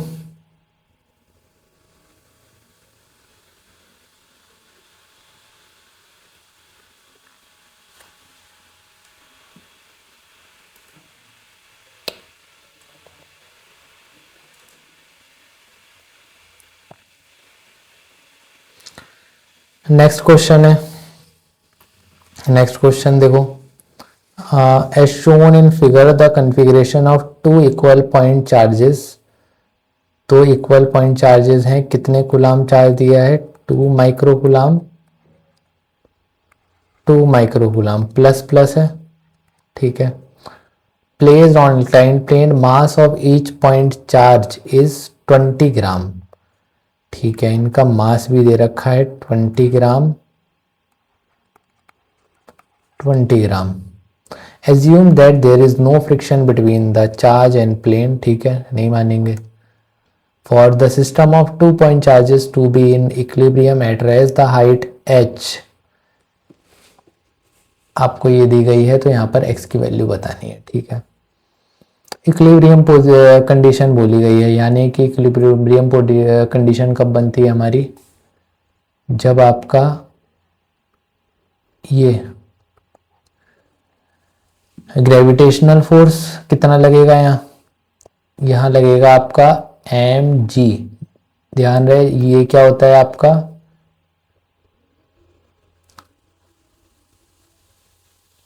ये देखो ये होता है g, तो ये क्या बन जाता है g cos थीटा, ठीक है। अच्छा थीटा यहाँ पे 30 दिया है तो हम 30 ले लेते हैं, तो ये क्या बन जाएगा g sin 30, ठीक है। अब क्योंकि ये पॉजिटिव पॉजिटिव चार्जेस हैं तो इनके बीच में क्या होगा, रिपल्शन होगा, रिपल्शन फोर्स ऐसे लगेगा, और कौन सा रिपल्शन होगा, इलेक्ट्रोस्टैटिक। तो आपको क्या करना है, इलेक्ट्रोस्टैटिक फोर्स को इक्वल कर देना है mg sin 30 डिग्री, ठीक है। फोर्स यहाँ पर कितना हो जाएगा, k q1 q2 bye r square, के की वैल्यू 9.9 इंटू 10⁻⁹। चार्जेस दोनों सेम है, -6 अपॉन आर स्क्वायर। आर क्या होगा, ये डिस्टेंस होगा। इस डिस्टेंस को मान लो क्या ले लें, y ले लेते हैं, ठीक है। ये y हो गया।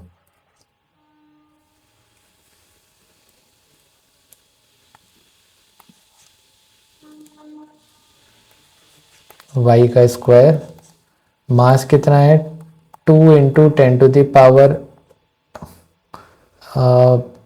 मास ग्राम में दिया है तो ये हो जाएगा 2 इंटू 10⁻³ kg, ठीक है। g की वैल्यू आपको पता ही है 10 होती है,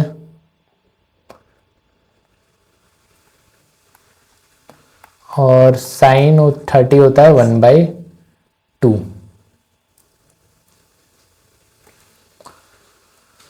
अब इसे सॉल्व कर लो, कितना आएगा। तो सॉल्व करने पे जो y की वैल्यू है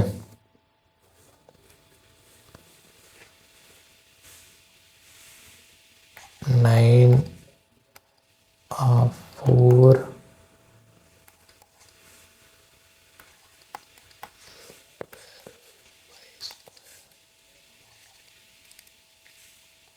2 से 2 कैंसिल हुआ, ये हो गया -2।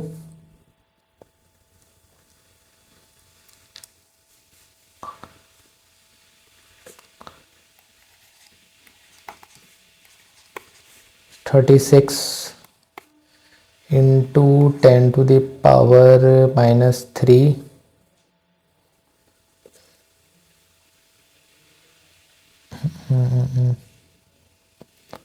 9।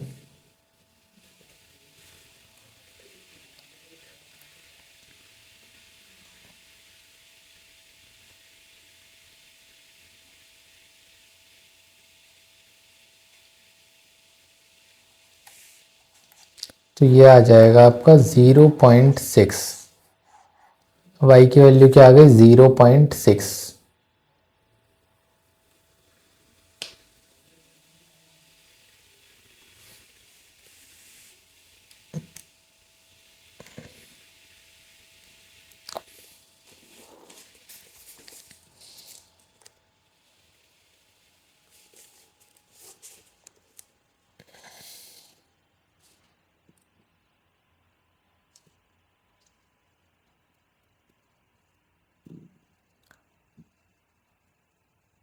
अभी अपना आंसर आया नहीं है,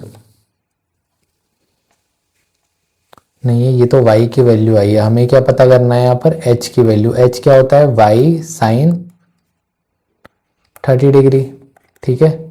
तो 0.6 इंटू 30, हाफ 0.3 मीटर, ये हो जाएगी y की value.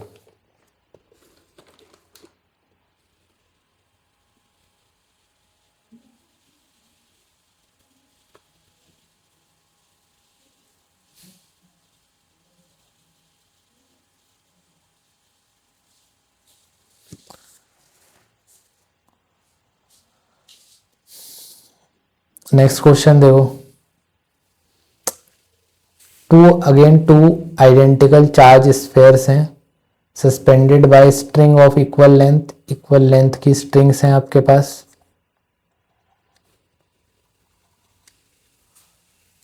Strings makes an angle 37° with each other when suspended in a liquid of density of liquid क्या दी है 0.7 ग्राम पर centimetre cube. Angle remain same if the density of material of sphere is 1.5 ग्राम पर senti, the dielectric constant of liquid is। तो ऐसा ही एक question हम कर चुके हैं इससे पहले, ठीक है। एंगल यहां पर भी क्या रहेगा आपका, एंगल सेम रहेगा। तो एंगल कितना हो जाएगा ये 37/डिग्री/2 यानी कि परपेंडिकुलर अपॉन बेस। परपेंडिकुलर में क्या आया था हमारे पास electric force, electrostatic force upon mg equal to F electrostatic force dash m g effective. m से m cancel, F upon g, F upon F E upon K dielectric constant और g effective g 1 minus density of object होता है। क्या होता है ये 1 minus density of object upon density of liquid upon density of object. Density of liquid कितनी दी है 0.7 अपॉन डेंसिटी ऑफ मटेरियल ये गिवन है। तो एफ ई से भी एफ ई कैंसिल, क्या बचा हमारे पास बचा k इक्वल टू 1.4 अपॉन 1.7, तो k की वैल्यू आई 2। तो डाइलेक्ट्रिक कांस्टेंट ऑफ लिक्विड क्या हो गया 2। ओके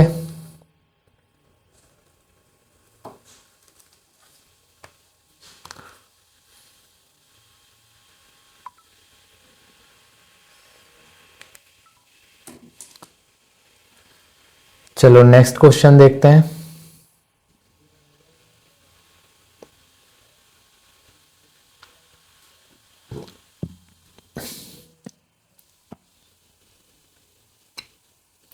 नेक्स्ट क्वेश्चन है ये आपका,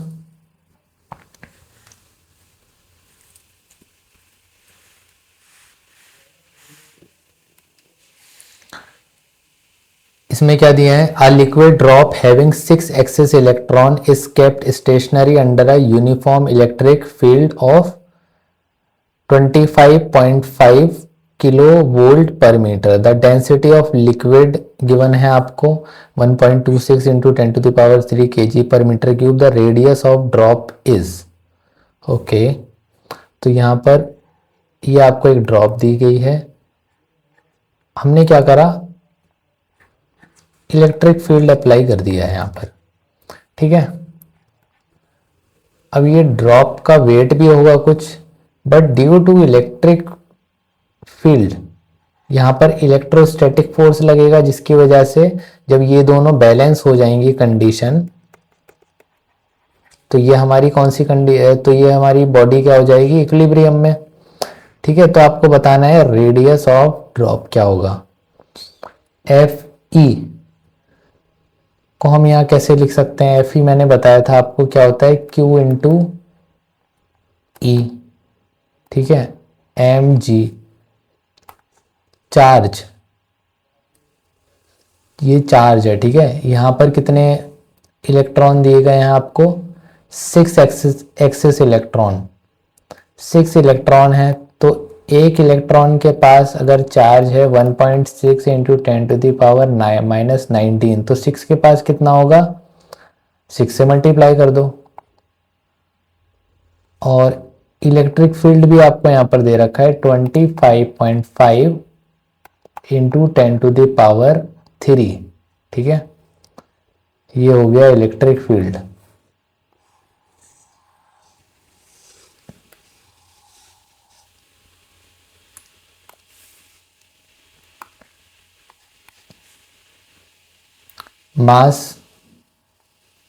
मास को हम कैसे लिख सकते हैं, density equal to mass upon volume.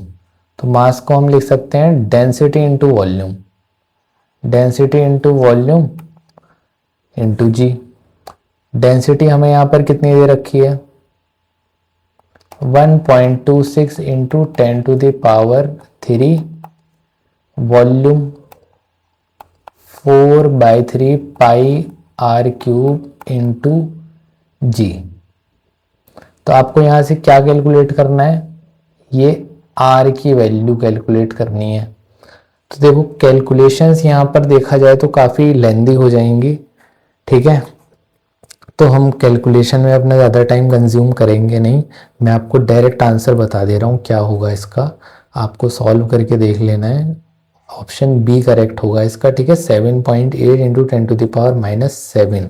और कैलकुलेशन भी आप करोगे तो ये नहीं आप क्यूब रूट कैलकुलेट करने लग जाओ इसका, क्योंकि क्यूब रूट आएगा। देखो आर की पावर 3 दिया है ना, तो आर की वैल्यू कैलकुलेट करने के लिए क्यूब रूट आपको कैलकुलेट करना पड़ेगा। तो ऐसा नहीं करना है कि आप क्यूब रूट कैलकुलेट करने बैठ जाओ, आपको अप्रॉक्सीमेट आंसर से थोड़ा आइडिया लगाना है कि कौन सा ऑप्शन मेरा करेक्ट हो सकता है। आई बात समझ?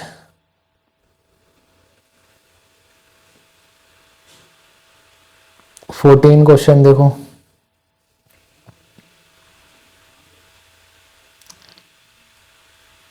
Question 14।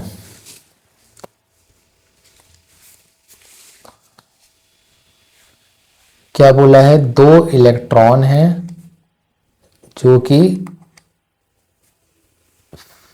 Fixed at a distance कितना 2d पे फिक्स करे गए। Third charge proton placed at the mid point it displace slightly by distance x perpendicular to the line joining the fixer the proton will execute SHM. Okay, ये SHM वाला क्वेश्चन है, तो इसमें एंगुलर फ्रीक्वेंसी बतानी है। तो मैंने डायग्राम इसलिए इरेज किया क्योंकि यहाँ पर हमें थोड़े बड़े डायग्राम की नीड होगी, जिससे कि आप समझ पाओ चीज़ों को अच्छे से, हम रिप्रेजेंट कर पाए यहाँ पर। ये दो इलेक्ट्रॉन हैं, इनके बीच का डिस्टेंस है 2d। एक प्रोटॉन है, इसे डिस्प्लेस करा गया यहाँ से, ठीक है। प्रोटॉन को डिस्प्लेस करा गया, ये डिस्टेंस है जिससे डिस्प्लेस करा गया है x। अब क्योंकि प्रोटॉन आपका पॉजिटिव चार्ज है, तो ये क्या करेगा, अट्रैक्ट होगा आपके इलेक्ट्रॉन से। इलेक्ट्रॉन से अट्रैक्ट होगा तो जो दोनों फोर्स हैं वो इक्वली होंगे, क्योंकि सिमेट्रिकली देखो इसे डिस्टर्ब किया है, तो सिमेट्रिकली क्या होगा, ये फोर्सेस लगेंगे एक दूसरे पे और ये इसका रिजल्टेंट आएगा। तो अगर ये एफ फोर्स लग रहा है इसके और इसके इलेक्ट्रॉन के बीच में, तो प्रोटॉन और इलेक्ट्रॉन दूसरे साइड वाले के बीच में भी कितना लगेगा, एफ फोर्स लगेगा। अच्छा, अगर ये एंगल थीटा ले लिया जाए तो देखो जो बेस के साथ साइड होती है वो क्या होती है, F cos theta.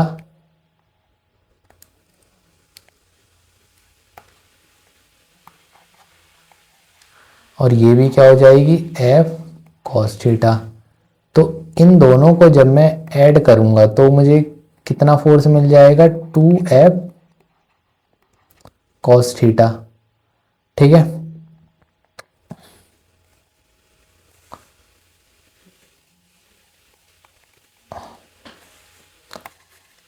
To F cos theta, ये किसके इक्वल होगा, मास इंटू एक्सेलरेशन की, कुछ ना कुछ तो एक्सेलरेशन होगा ना इसका नीचे आने का। तो देखो कंडीशन ये होगी कि इस पार्टिकल को हमने डिस्टर्ब किया, ये जब रिलीज किया तो ये नीचे गया इस तरीके से और फिर ये इस पॉइंट पे आया।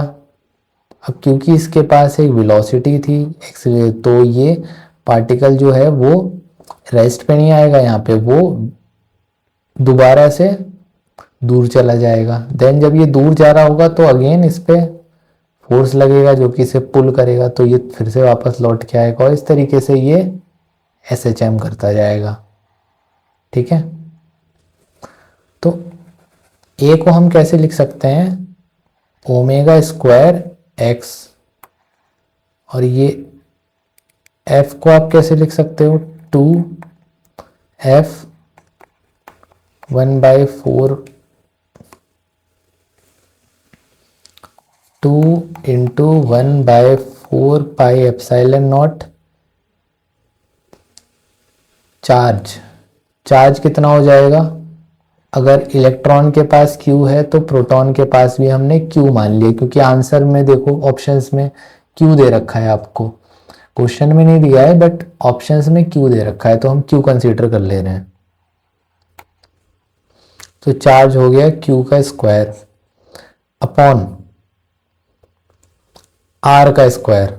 R क्या होगा यहाँ पर, ये D है आपका, ये X है, तो इन चार्जेस के बीच का डिस्टेंस क्या हो जाएगा, x square plus d square. तो ये हो गया x square plus d square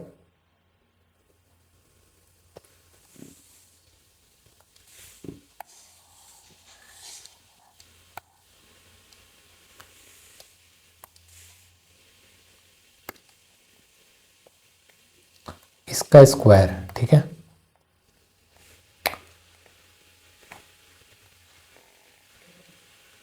root का स्क्वायर,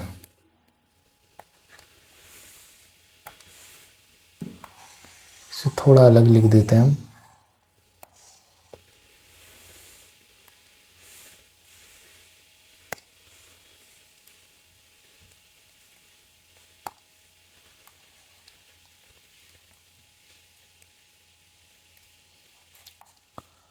कॉस को कैसे लिख सकते हैं, बेस अपॉन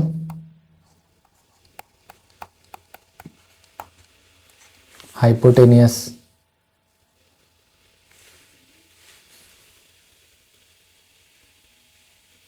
तो अब इसे आप सॉल्व कर लो। अब 1/2 pi epsilon not x square plus d square, ये रूट है और ऊपर स्क्वायर लगा है तो ये कैंसिल हो जाएगा। ये सिंपली क्या आ जाएगा, 1 पावर में 1 आ जाएगा और प्लस इधर रूट है, ठीक है, तो ये रूट हाफ आ गया, तो ये क्या हो गया 3/2 q square x m omega square x, x से एक्स कैंसिल, तो ओमेगा की वैल्यू क्या आ जानी चाहिए, x square plus d square, पर ऐसा तो कुछ आ नहीं रहा है। अच्छा, यहाँ एक्स क्या दे रखा है आपको, ये देखो एक्स क्या दे रखा है, very very less than D. X जो है वो very very less than D है, तो यानी कि हम इसे नेग्लिजिबल कंसीडर कर सकते हैं यहाँ पर, ठीक है, नेग्लिजिबल, क्योंकि x is very very less than d। तो आपका ओमेगा, तो हम इसे कैसे लिख सकते हैं अब, Q square 2 pi epsilon not d की पावर 3 m ओमेगा स्क्वायर। तो ओमेगा की वैल्यू क्या आई, 2 pi epsilon not m d cube, और इधर आ गया रूट, ठीक है, ये आपकी ओमेगा की वैल्यू आ गई। तो कौन सा ऑप्शन करेक्ट हो गया, ये हो गया हमारा सी, सी ऑप्शन मैच कर रहा है।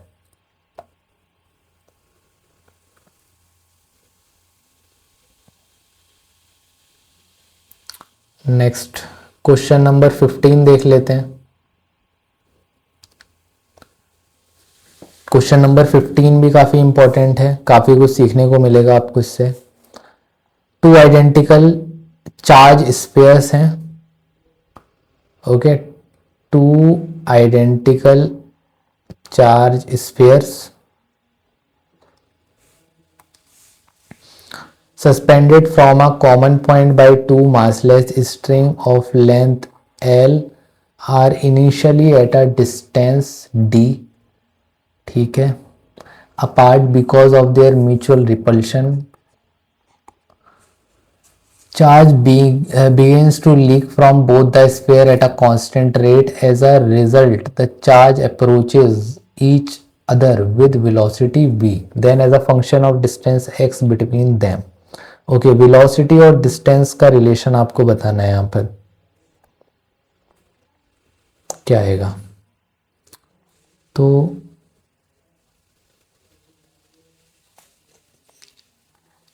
चार्ज जब लीक कर रहा है तो आफ्टर लीकिंग हम ये कंडीशन मांग ले रहे हैं कि आपका जो डिस्टेंस है वो x हो गया है, ठीक है। अब यहाँ देखो एक चीज और बता रखी है कि जो d है, d आपका वेरी वेरी लेस देन 1 है। इससे क्या पता चल रहा है, यानी कि जो इसके एंगल है, एंगल बहुत छोटा होगा क्योंकि d very very less than 1 है। तो सोचो x तो तब की कंडीशन है जब यहाँ से चार्ज लीक कर गया है आपका, तो ये तो धीरे धीरे कम ही होता जाएगा और ये इतना कम है कि आपका ये यहाँ पर स्मॉल एंगल अप्रोक्सीमेशन की कंडीशन आ जाएगी, ठीक है। ये कितना डिस्टेंस हो गया, x बाई 2, तो टेन थीटा, थीटा क्या है यहाँ पर, वेरी स्मॉल, तो टेन थीटा को मैं किसके इक्वल लिख सकता हूं, साइन थीटा के।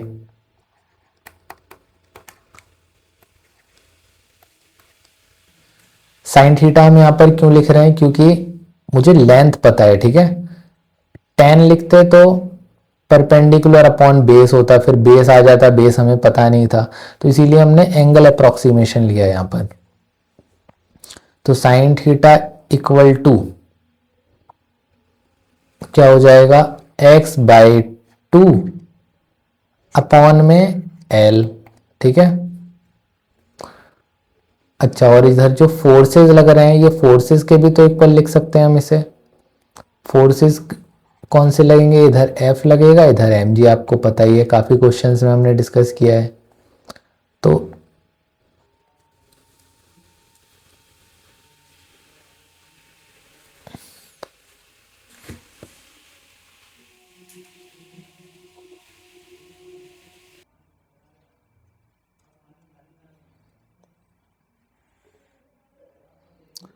साइन थीटा और टेन थीटा हमारे इक्वल हैं। तो अगर मैं टेन थीटा लूं, टेन थीटा क्या होगा आपका,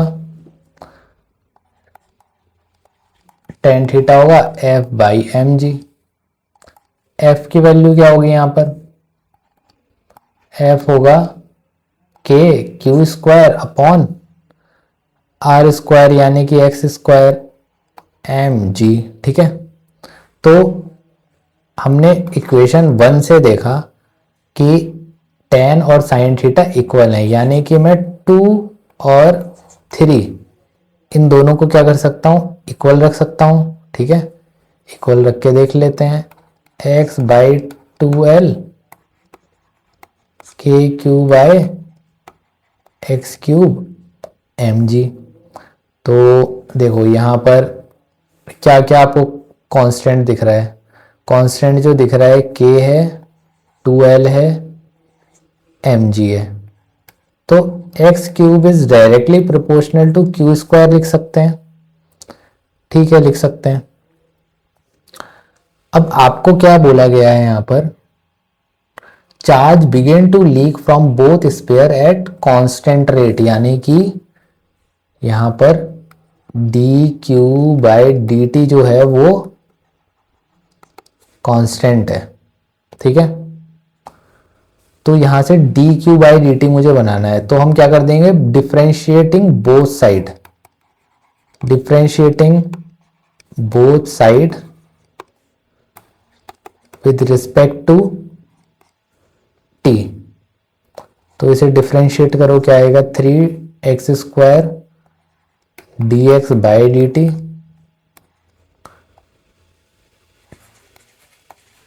to q by d t. अब ये क्या है, d q by d t, ये तो कांस्टेंट है, ठीक है। और ये क्या आ गई मेरे पास, वेलोसिटी।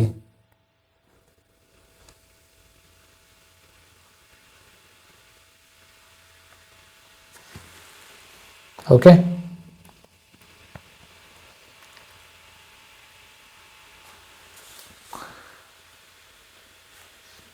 तो वेलोसिटी को मैं कैसे लिख सकता हूं, minus 1/2,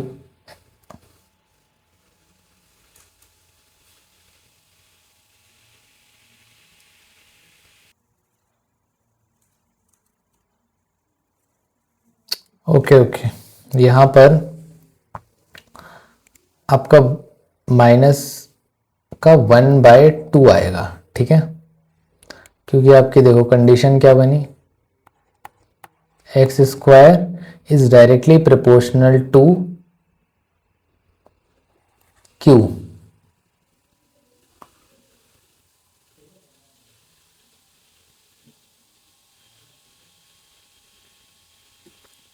sorry, v x square is directly proportional to q नहीं होगा, क्योंकि क्यू तो क्या है, इनिशियल आपको कंडीशन दी है, ये थोड़ी वेरी कर रहा है, वेरी ये देखा जाए तो ये पूरी टर्म कांस्टेंट है मेरी, तो ये आ गया कांस्टेंट वी स्क्वायर, तो ये डायरेक्टली प्रोपोर्शनल क्या आ गया अपने पास,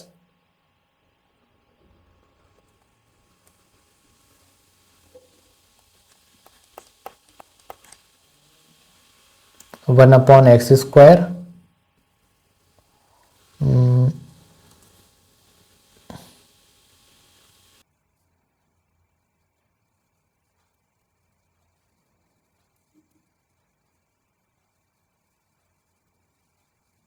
ऐसा कुछ आंसर मैच कर रहा है क्या हमारा? नहीं, कहीं ना कहीं मिस्टेक हो रही है, देखो। ओके ओके ओके, एक गलती करी हमने,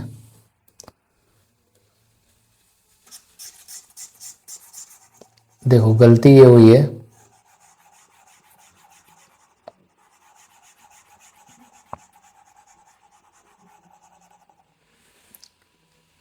तो ये हमारे पास क्या आया, x cube directly proportional to q square, तो हमें क्यू को तो हटाना ही है यहाँ से, तो हम इसे कैसे लिख सकते हैं, एक्स की पावर 3/2 क्यू। ओके, तो अब हम क्या करेंगे, differentiating it on both side with respect to time, तो 3/2 एक्स की पावर 3/2 और ये हो जाएगा 1/2 dx/dt is directly proportional to dq/dt। अब देखो ये टर्म तो कांस्टेंट है, क्वेश्चन में हमें गिवन है, और ये क्या होगा, ये v आ गया, तो x की power 1/2 v directly proportional to constant, तो v क्या हो गया, डायरेक्टली प्रोपोर्शनल टू x की पावर -1/3, तो ये हमारा आंसर आ गया यहां से, x की पावर 1/3 दिख रहा है कहीं, सॉरी -1/2, ऑप्शन डी, ठीक है, तो ऑप्शन डी करेक्ट हो जाएगा। तो आज हमने क्या क्या डिस्कस करा, आज हमने देखा जाए तो कॉन्सेप्ट्स पढ़े और 15 PYQs डिस्कस करें। ये PYQs भी ऐसे थे जिनसे हमें काफ़ी कुछ सीखने को मिला, हमने अपना लेवल वही रखा, इजी, मॉडरेट, देन डिफ़िकल्ट, तो इस तरीके से हमने प्रोसीड किया लेक्चर में। तो आज के लेक्चर को यहीं ख़त्म करते हैं। Okay, so thank you for watching. इसी तरह जो आगे के लेक्चर आएंगे उनमें भी आप लोग कनेक्टेड रहिएगा, जिससे कि अच्छे से आपके क्वेश्चन की प्रैक्टिस हो जाए और कॉन्सेप्ट्स रिवाइज हो जाएं। ओके, सो आज के लिए इतना ही रखते हैं। Goodbye, Tata.